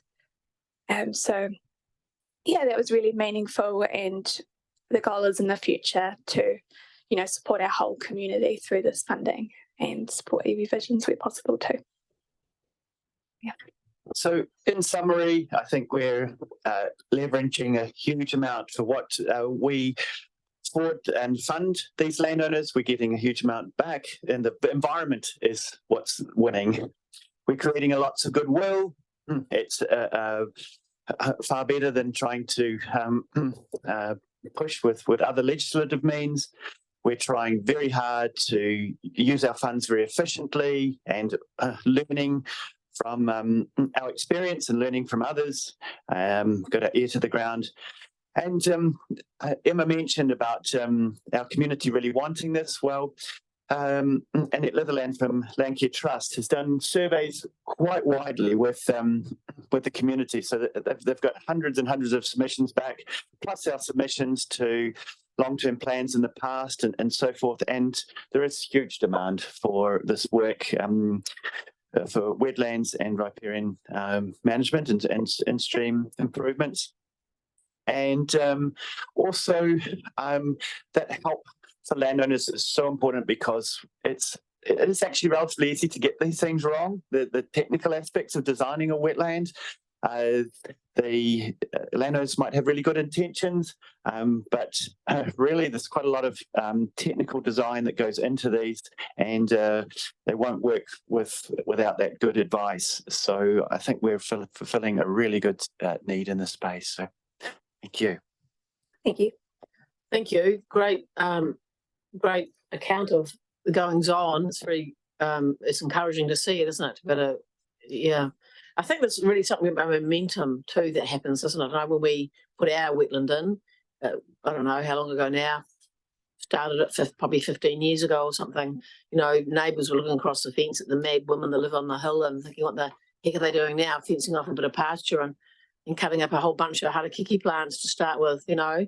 But, you know, it wasn't so much long later that others started doing their own things with planting and things. And then just through that catchment, and the Edmonton's picking up now too, you know, a little further over. But the momentum is clear, isn't it? Like there's been it's really noticeable and I think significant, and it'll continue on. There are some generational issues probably that'll, awful to say, but, you know, we'll better get something through that whole area.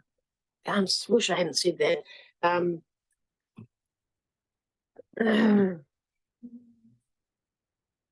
could call it, I don't know, I won't say that either, but, you know, the areas where people are willing to and able to enhance, you know, through a catchment, that's good. And other people not so keen, I guess things will happen later on, perhaps. $150,000 isn't very much money. And it just seems like there's there probably should be an internal prize within council for best bang for buck. The recreation monitoring program might be in with a chance for that too. So here's an area where there's hardly any money, and the way that you're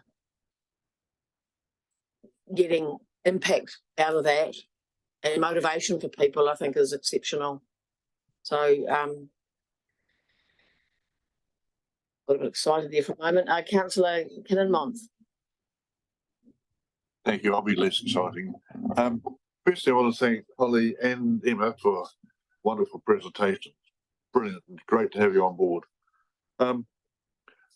Emma and Trevor, you were talking about Eastern development. I think we're going through a stage now of going out to people and saying plant trees, plant trees, plant trees, and this is how you do it. But are we looking forward to maintaining them, giving them a plan that protects not only the plants we're putting in now, but also have we got a plan to go back to the Easterns or back to these people and saying, how are you looking in 5 years' time? What do you need to do? How can we improve ourselves? Through the chair. Thank you. And yes, when we get applications into the Catchment Enhancement Fund, I go and meet with landowners, and because we've really got to prioritise where our funding goes, we really look to work with landowners who are really committed to that long-term maintenance, because it is the most challenging part of planting projects. And often that means starting small, and so we'll start small and see how you go, and there's an opportunity to add more plants in the future as people get the hang of it. And just you always need to, when you start a project, keep, you know, appropriate funds in the side into the future to make sure that maintenance can continue, especially like the Motupipi site that's got really high nutrients in the sediment, and weed control is a real challenge there, so that needs a pretty significant budget. Just finished off through, Madam Chair. I've been around this table long enough to hear the word sweating the assets. I'd hate to see we're sweating our assets that we're putting into building for future generations of trees and waterways because of financial difficulties in the future. LTP workshops next week, folk. Councillor Butler. Thank you. Through you, Madam Chair. I just wanted to raise this thorny issue of Lake Killarney. And I know Rob just mentioned before about the must, the shoulds and the coulds. And when we've got, two branches of council involved like this, that is stormwater management and the health of the lake. And I'm just wondering if where it's, I suppose this is a question for Rob, where it actually fits on this type of thorny question. And maybe you can't answer it today, but this type of thing where if we leave it for too long, it's actually going to, the lake will have a really bad effect on the lake and it won't be retrievable. Would that be right? Yeah, lakes are much more vulnerable in the sense that it's a sink. Everything that goes into it stays, and when it is an expression that the lake flips to another state, and it's really, really hard to bring it back to a better state after that. So Lake Kalani has flipped, so it is going to be hard. We're going to have to dredge the sediment or lock it up with chemicals, and expected to cost 250 to 300,000, so beyond our capacity of this catchment enhancement fund. But also the stormwater is still going into contaminated stormwater from Mihana Street and the houses along there, and the stormwater from the farmland has been diverted away, so that's one positive.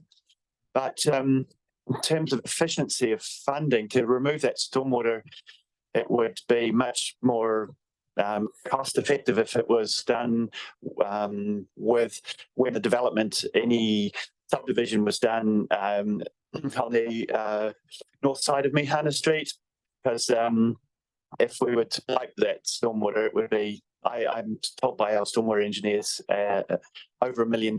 So it's a huge amount of money just for that activity, whereas it would be largely paid for by the development if there was one across the road there. So that's we're a bit in limbo.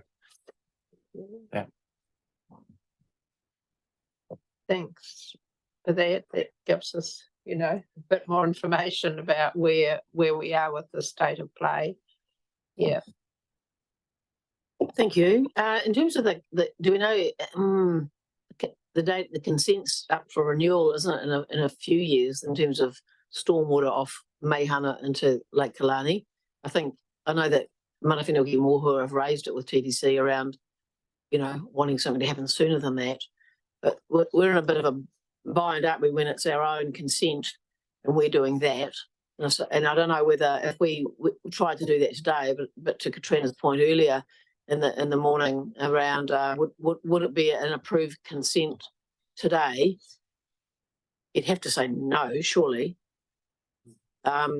Anyway, there'll be a strong response, if there's an attempt to roll that, renew it. Anyway, interesting that the conversations are happening with developers potentially across the other side of the road. Thank you, Councillor Butler. Anything further? Someone having to move? Yeah, Councillor Butler moving and Councillor Kinnemont seconding. Great report, very good to just get a handle on all the different things happening, that there is some momentum, and yeah, love to get you some more money. I'll put the resolution. All those in favour, please say aye. Aye. Against? Carried. Thank you both. Thank you. Yeah. Yeah. Yeah. There's been quite a lot of testing done right through the. Oh my.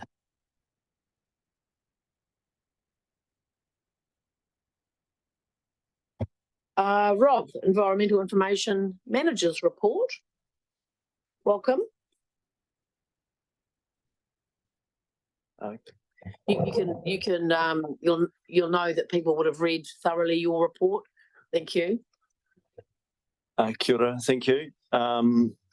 So yeah, I feel like the Grinch has stole Christmas, because the answer to Councillor Butler's question about the improvement fund is it's largely a should. It's not. We don't have to do that stuff. That's goodwill. That's not about legislation. Obviously, to achieve some of our aims. So when we look at some of that stuff, sweating the asset is a really good analogy. We try and leverage every possible crumb we can get, and that's why those alliances like the Kotahitanga Multi-Tile Alliance is so important to us, because we're actually end up leveraging off other people's, and that's why we have to have really good staff. And you've seen the staff today. We have awesome staff here. We're very lucky. and there's a lot of goodwill because they spend the time to get that kind of work done. So the entire catchment budget is not should, but a portion of it is, and you won't be aware that we actually cut it this year as well to manage rates. I hope I'm not speaking out of turn. We did prune that budget this year by combining the fencing fund and the catchment fund together, and we're becoming, well, we really are becoming very grinchy. There's a lot of stuff that landowners would have expected to have assistance in the past we just don't do, and I think that's okay. We have to be realistic about our economic position, but that is something to bear in mind for next week. And we haven't staged this. This is not a deliberate plan for next week. But it is something to bear in mind. A lot of that environmental goodwill, there's a small amount that is a must, and a lot of it is should. So yeah, but the staff will work with what they get, and you'll see it with Trevor. He's been finding all little ways to get that model done, using external funding and stuff. All right, sorry about that. Back to the report. So taken as read, and apologies, there was a double up on that catchment stuff. There's a couple of points I really want to mention. One is the new tools that are coming online, and that's the green LiDAR that we're starting to use in our rivers. So traditionally, LiDAR is a way of a plane flies at about 80 knots, about 800 meters up, and it scans the ground with laser. It doesn't hurt your head or anything like that. Scans the ground with laser, and it measures really accurately the height of the land. And this is really standard technology now, but it's traditionally hasn't been able to look into water unless we spend a huge amount of money, and that's green LiDAR. The really good thing about time is it solves a lot of our problems, and we now have access to green LiDAR that can look into water, particularly if it's still. It's not so good in fast-flowing water. So now when we go out and do our river surveys, we can actually see into those holes, because in the past we used to do cross-sections and we had no idea what was happening between them. Then we started looking at the beaches, but we had no idea what's happening in the water. We'd have to manually do that. Whereas now we can gather a whole lot of that information, and you'll see in the report about Rose's Beach and around there. We can actually look at a system as a whole now. It is really good. This is really fast. Tools are becoming available, and on that tools becoming available, there's a mention there about the radar. So this is a Nelson and Tasman initiative. Essentially, we've been lobbying, and we've had an awesome mayor who's been lobbying hard on our behalf that we lack visibility of dangerous thunder cells or convective cells that come in at low altitude. So these are the big fat rain clouds that are full of water that are low down, and they come charging in, particularly from the northeast, and then they hit our coastal catchments like Riwaka, the Maitai, the Waisi, and we have no warning of that because our rain gauges, we have a lot of rain gauges. We have about 50 in the district. But we can't have a rain gauge everywhere, so we normally use radar. The radar for us is in Wellington, and a radar, the way it works, it kind of looks out, and as the further out you get, the higher it gets, because we have mountain ranges in the way that essentially screen it. So we can see the really high rain cloud coming at us. We can't see the low stuff that's close. So you might have seen on stuff Martin Doyle, our film star, down at our new sheds, opening up this Christmas package and pulling out just a ship's radar. But it's very exciting. And so we're just about to have that on the poll, and we will do a bit of publicity around that, because it's a really good novel way of solving an intermediate problem for us. We don't want the government to feel like it can relax and not put a proper radar in the top of the south. We need a proper meteorological radar in the top of the south, because that's how we manage hazards. So that's a really good way. In the meantime, we'll have an hour or two extra heads up. What will we do with that? Well, we have a flood team. Whenever we have a flood, they will be able to tell the civil defence team straight away, I think you need to be aware of this issue. And even an hour's warning is a lot of warning when before we had none. So that's awesome. A couple of really good things that I think it's worth noting. In the recent pesticide survey, so we do this survey every 4 or 5 years. It's a part of a national program. You'll remember around about 2 years ago, this big issue arose called PFAS. It's a group of chemicals, and it's the wonder chemical, of course. You know, it keeps our raincoats dry, it keeps our fry pans non-stick, it keeps our couches from getting stains on them, and it used to help firefighters put out really tricky fires. So it's the product that everybody wanted because it worked for everything. Of course, all products that work for everything invariably never go away, and it hangs around. In our district, in that survey, we had none of it, which is awesome because it is a ubiquitous compound. So I'm really happy about that. The other really interesting thing is we only had 2 spray detections in our water, and they were shallow bores. You know, you'd be naive to think if you drink water from only a few meters below the surface, you're not going to be drinking the stuff that's on the surface. So, you know, that was no surprise to me. What was surprising is that they were the only 2.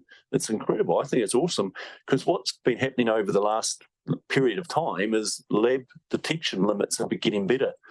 So we kept on getting more and more detections of chemicals, but actually nothing had got worse. It's just they could now see it because the detection is so amazing.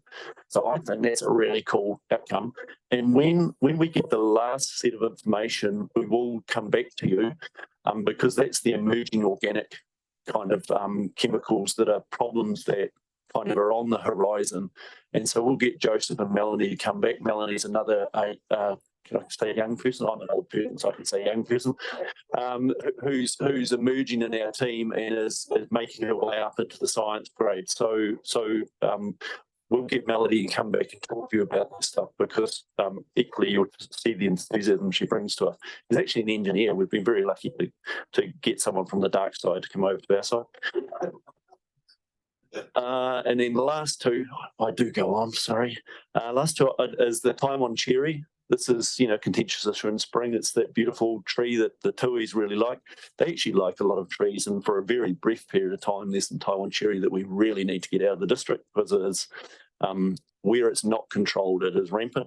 We've now pretty much cleared all of south, so the Murchison Buller area is clear, and Golden Bay. We were almost clear, and we managed to spot in our compliance, no, it wasn't a compliance, in our winter flight to look at winter grazing, we put a biosecurity officer up in that flight, and they found 2 trees.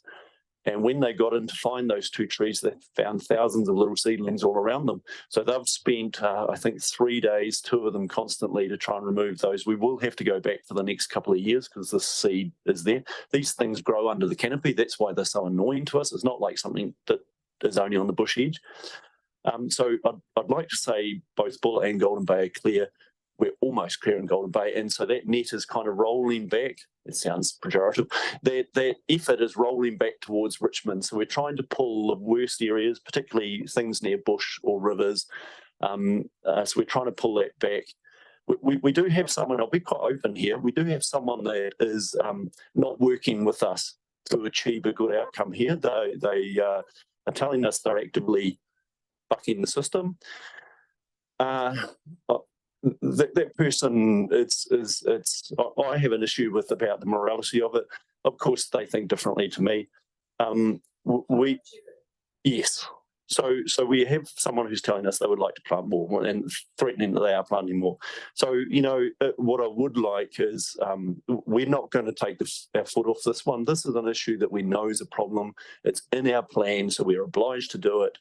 It's really disappointing when we get someone repeatedly telling us they're not helping. If we catch them, we would like to. I will make an example of it if we find them. The last one is, the sweating the asset. We've been very lucky with our contractors. We like to work our contractors quite hard. I know the perception of council is that we're very soft and we let things ride and whatever. We actually don't. We work our contractors really hard. We're actually really tight for the amount of money we pay them. And one of our contractors has been Mike Harding, who has for quite a few years done work for us in the surveying our native habitat sites. Awesome dude, and he's just been awarded the Lotto Cup. So now that is really significant in the biodiversity space. That's crown jewels. So I really want to acknowledge Mike. He is a sometimes resident in our district, and that's awesome. So he's been on our payroll as a consultant doing that work for us, saved us a lot of grief. And of course, with the Indigenous Biodiversity MPS, he's key. So we have a couple of those ecologists. So they're doing an awesome job. Last one. All right. So one's an apology and one's a heads up. The apology is Tanya Bray asked me to put some more information in my report, which, like it wasn't long enough, to let you know about some work in the marine space. This is some really good work. Even though we don't have a coastal scientist, we kind of tick away at these areas. Under our New Zealand Coastal Policy Statement, we have an obligation to survey our marine Indigenous biodiversity areas, so our significant ones, and it's a prelude to getting better protection. Great stuff. So we've been picking away, and Tanya on our behalf has been spending our money to find ways to make this work. And luckily in the top of the south, we have a lot of people want to live here. So there's a lot of really capable people that we've been dragging data out of. So the councillors in your update tomorrow will get a link to that information. There's quite a lot of information there. Please don't feel obliged to read it. But what I would just like to draw your attention to that we haven't forgotten the coast, and that's a space that the Alliance is really going to push. You are going to see a lot more information from the Te Taihu grouping around the coast, because the coast has been a little bit forgotten in the rush to soil and fresh water. Last one. This is the heads up. As part of managing soils in our district, there's a whole lot of regulation about how we do stuff and what we can do, and there's an industry grouping that does all of the users and producers of waste material get together, and they're called the Waste Minimisation Group. And they produce guidelines. Essentially, they find a best practice approach through all of the legislation that everybody agrees with. So this is really important. This is industry and governments working together. They've come up with some new guidelines around what background soils are. So if you look across the country, what is background soil? That would be awesome if we were that universal and we're that simple. Of course, Tasman, we like to think we're special, and we actually are special. We're slightly different to everybody else. So I've had our scientist, so we have a soils scientist and we have our hazardous waste scientist. So they've come up with what our background guides are. So some of them are more permissive than the national level, and that's because, hopefully you're all aware of the Red Hills. So we're really rich in chromium and nickel. So they are higher for us than you would have to comply with in Glenamore, Auckland. Arsenic is, we have less arsenic. I imagine if you went to a really old part of Aotearoa, New Zealand, you might find higher arsenic levels. So our arsenic levels have actually gone down a little bit. The background, why is this important to you? Because if it's not considered background, it's actually considered contaminated. So when you're doing a development, or you're building your house, or you're a council who's doing a new water pipeline or whatever, that soil, if it's not background, it gets triggered into, maybe class 4 or class 3. And of course, that triggers waste minimisation levies. It requires the facility to take it to, and we don't want to see good soil dump, but we do have to comply with the legislation. So that angst, that contest between doing what you want and where the regulation says it's going to be painful. So we're in that space. So this is just a heads up, but the background levels have changed slightly. There is much better correspondence around what class 4 soils are now. So these are the slightly contaminated soils. There's nothing I'm not saying they're not productive soils. There's nothing wrong with the productivity of those soils. We just have to treat them as this level of contamination. So it means that we will be giving the developing community a heads up, because if they thought they had a clean site, maybe it's not entirely clean. So they have to just be careful about where they put the soil and how they manage it. We are very the mayor and the council has told us repeatedly that we are enabling in a positive way. We help people get what they want. And I know that's not always what Facebook tells you, but we actually do. And we do encourage people to talk to us first, because sometimes some people have already done a lot of work before they find that out. So yeah, that's just a heads up. If you hear about bleeding council is chewing my ear again about soil, there is a reason for that. And just give us a yell. We'll happily tell you. All right. Sorry. Oh, don't need to apologise. Thanks, Rob. There's a lot of different aspects of your report. Very good. Deputy Mayor Bryant has something to say. Questions or comments or something lovely. If I may, Madam Chair, firstly, just the report, the point you ended on there in relation to the arsenic soils and having had some experience with that previously. You talked about the criteria has changed, but over time, the amount of soil that's been affected by that should be getting less, because a lot's been treated and redeveloped, hasn't it? So we got any estimation of how much soil would still be above the threshold? Through the chair, unfortunately, this stuff doesn't get better. It just gets worse with time, because we're humans, and wherever we go, we leave a trace. And what was considered benign in the past is now an issue. So essentially, there's an old saying in forensics that every touch leaves a trace. It's the same for humans, and we want people out on the land being productive, but there is an impact on that, and it is, hopefully it's getting better. We don't use lead arsenic sprays anymore, and that was our biggest problem. And that's our legacy issue we deal with, and a lot of our urban development is built on old land. There's no real human health issue there, but we just don't want to spread it far and wide. We don't want to make it worse. There's emerging issues like vineyards or places, using treated material. Yeah, I'd like to say it's getting better. Essentially, what's happening is we're getting more aware, and we don't want people to be worried about it. We just want people to be aware of it. And that's why we encourage people to get LIMS, because on the LIMS statement, it will say that there has been previous activities.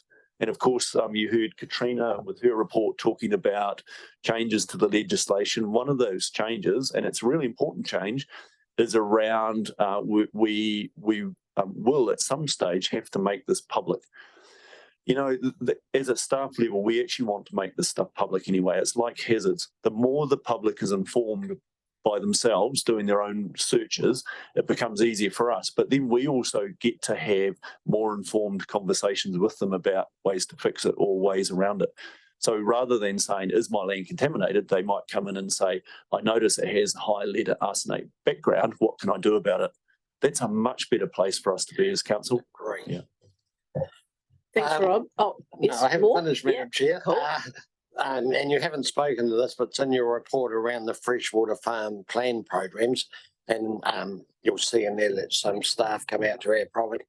It was a real eye-opener for both themselves and for us, but I must say the dedication and passion to what's ahead of them was really admirable and really pleasing to see. And I think that visiting our farm showed them it's not going to be always. There is a number of challenges ahead. Understand they're probably going to the mayors in the next few days just to get a bit of a handle on what's ahead of them. But certainly in the report, and from 6.21 through to 6.218,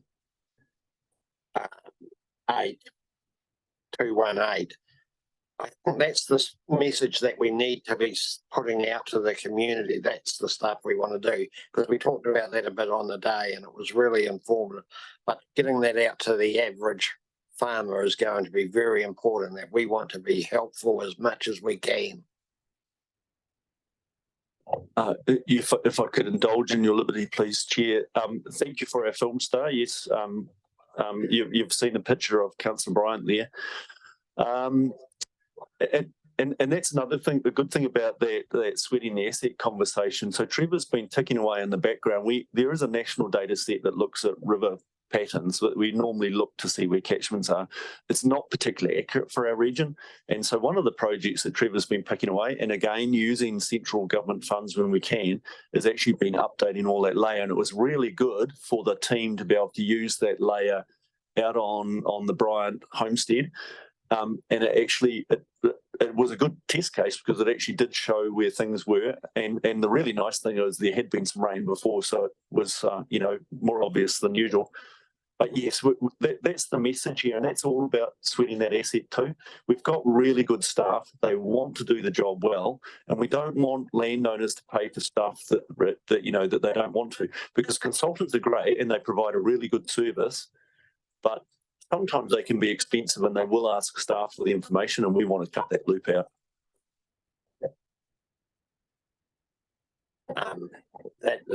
We did a little bit of ground truthing and it was extremely accurate. Even I was surprised, right down to little swales that they didn't carry water a few times, and it was in the spring admittedly, but it certainly showed them all up and with some remarkable accuracy. So that was quite amazing, actually.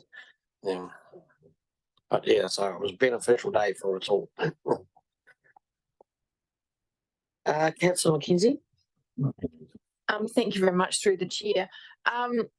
Rob, Jobs for Nature, I'm just wondering, I think we all know that funding was only ever for a limited period and that we were fortunate in accessing it. I'm thinking about the Mount Richmond Wilding Pine work and all the rest of it.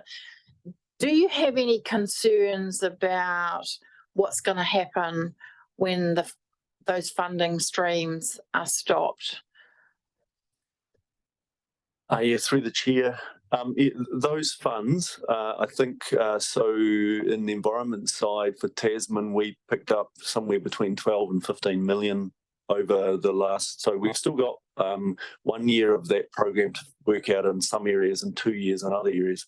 So that has been just the most amazing opportunity for us and for the country to essentially right at the very start in the Wilding Pines to redirect labour that was essentially wasn't needed during the first COVID incident. So that really kicked off then, and then it got better with time. And we have 3 contractors that at the end of this process, there isn't the funding to maintain them. So they're staff members, sorry, but they're on fixed terms. And that's fine.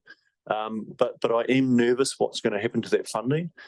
I was really impressed, and I think Councillor Mayling talked about the manifesto that came out the Friday before the election, and it actually mentioned Wilding Pines. To me, I was actually genuinely scared what was going to happen in that space, because our funding is cut back for next year.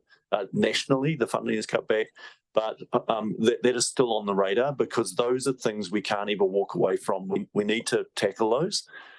And then kind of keep that suppression. Suppression's cheap if you've done your groundwork. So yes, we're worried, and that's partly where the things like the Catchment Fund and so where those funds can pay a little bit of that pickup. So just to maintain some of the goodwill and actually pick out the really highest benefit projects and keep those going. And essentially, it's how much money have you got? So if you've got 10,000, we'll use that. If you've got 100,000, we'll use that. The more you give us, the more we'll get out of it, and we can leverage. It's an exponential leverage. The more you have, because you can actually tackle some bigger things. There is a discussion nationally around the after the Jobs for Nature work.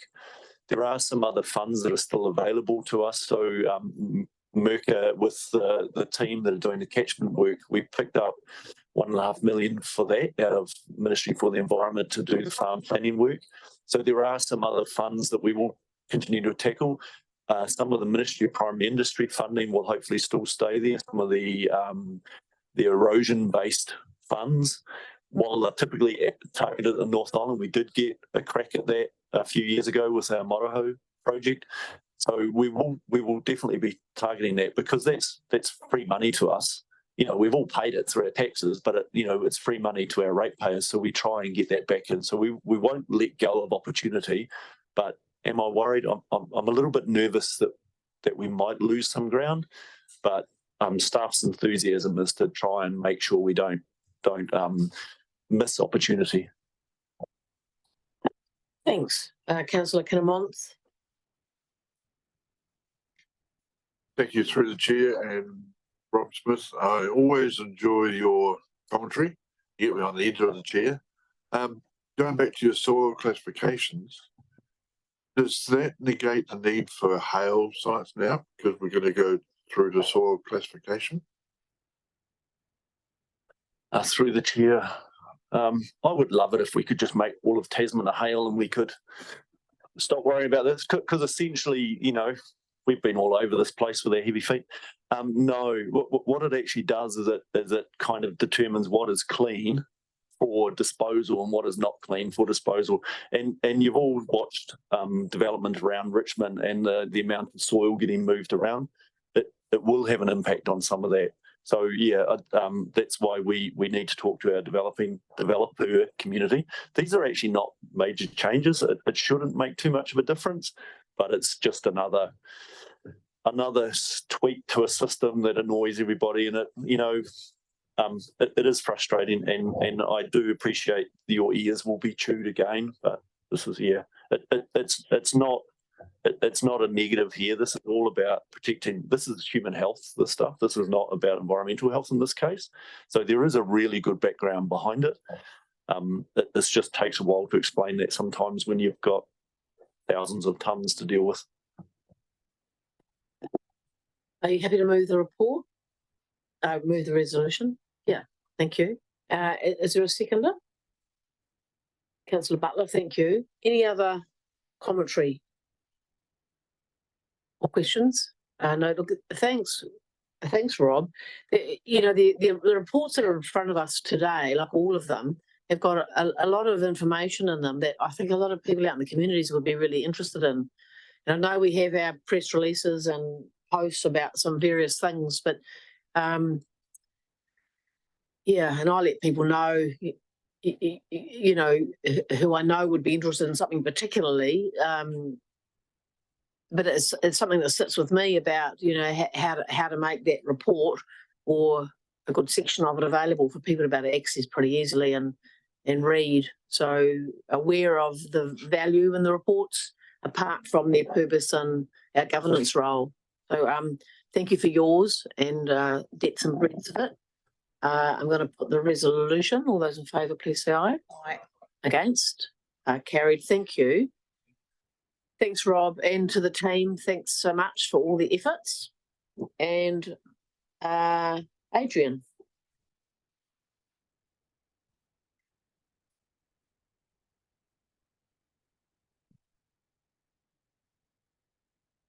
Welcome. And of course, as a final, I assume that everybody's read the short note from the group manager. Just an explanation. There are a few people had questions this morning about what we're actually doing here. In the council delegations register 6.2, there is the ability for group manager environmental assurance to take prosecutions and counsel them and various other things. But there is a caveat on that, and that any proceedings have to be taken with legal advice, which obviously we do, and that we report what we're doing to the next available Environment and Regulatory Committee meeting. So that's the purpose of what we're doing today. The two cases which are being reported to you are both at the charging stage and sort of very sensitive, so we cannot give you too much detail. But in summary, one of them relates to a long term and ongoing discharge issue in the Waimea Plains, which we've lodged charges with the court relating to that. And the other case relates to somebody clearing an awful lot of native bush off land, and both breaches of the district plan as well as the overarching RMA. So that's what I'm here today. I'll try and answer any questions you have, but I can't go into the detail because of the legal proceedings, of course. Thank you. Any questions? No. Appreciate it. Oh, is that your signal? I guess it is, Madam Chair. I'm just thinking about the issue in the south of the district Was that just blatant, people didn't know the rules or deliberate? Through you, Madam Chair, I don't know what the defence will be. I suggest that would be a normal defence as well. I just didn't know I wasn't allowed to do that. But again, ignorance is no excuse in the face of the law. Thank you. Thank you, councillor Maru. Thank you, Madam Chair. Thank you, Adrian, for the answer to one of the questions. I've just got a question. So I get the delegation part. Is the process different? So does it just go to the group manager's desk and he makes a decision in isolation? Does it go to ELT? Does it go within your team? Is it a recommendation of the regulatory manager? And how does it get to the group manager going, yes? So through you, Madam Chair, whenever we have a case of what we believe to be serious offending, the officer will collate a case file. The case file will then be put to the enforcement decision group. So that consists of the officers involved. If it's a compliance team matter, it will be the team leaders from compliance, a representative of our legal department, and myself. We'll look at the information that's been gathered. We'll make sure that it meets the Solicitor General's test, i.e. public interest test, and also evidential test. If after looking at all that, we believe that there is a serious enough matter for us to proceed to prosecution, we will make a recommendation to the group manager that we prosecute. At that point, he may or may not decide to get further legal advice. And if he believes that we should prosecute at that time, we'll prosecute. So it goes through a fairly, well, I would say a very robust process before it lands on the desk of the group manager. And he will then either say, yes, I think we should prosecute, or we'll come back and ask for further information. Or, of course, he may say, no, we will not prosecute. He will inform his ELT colleagues of what's going on, and they will be aware of it. But the actual decision rests with him and the delegations register. Thank you, Adrian. That's really helpful in terms of context. And in the cases that you've sort of outlined, I just picked up Appendix A out of the enforcement policy, which is the Solicitor General's prosecution guidelines. And it's obvious to me that they will fit some of those criteria in there. So in terms of the cases that normally go to prosecution, that Appendix A is always used? We will always consider the Solicitor General's guidelines on anything we use to go to prosecution. Thank you. So there has to be public interest, and we have to have the evidence to show there is wrongdoing. Are you happy to move, councillor, that we receive the report? If I can remotely. Yeah, don't see why not. Absolutely. Yeah. Thank you. And do we have someone to second? Councillor Dowler, thank you. Any other questions for Adrian? I'll put the resolution. All those in favour, please say aye. Against, carried. Thanks, Adrian, for that info to us. That brings us to a close. Nothing further. Thank you all for your contributions and to staff for all the efforts, of course. We'll close with karakia. Just a note that the workshop starts at 1:30 this afternoon. So karakia to close. Karakia tātou, tāwhiri mai ngā hua o te taiao, mai papa tonu ki tāku runei, kia rangi nui e tu iho nei, tūturi whakamaua ki Tina, hui e tae kia. Thank you.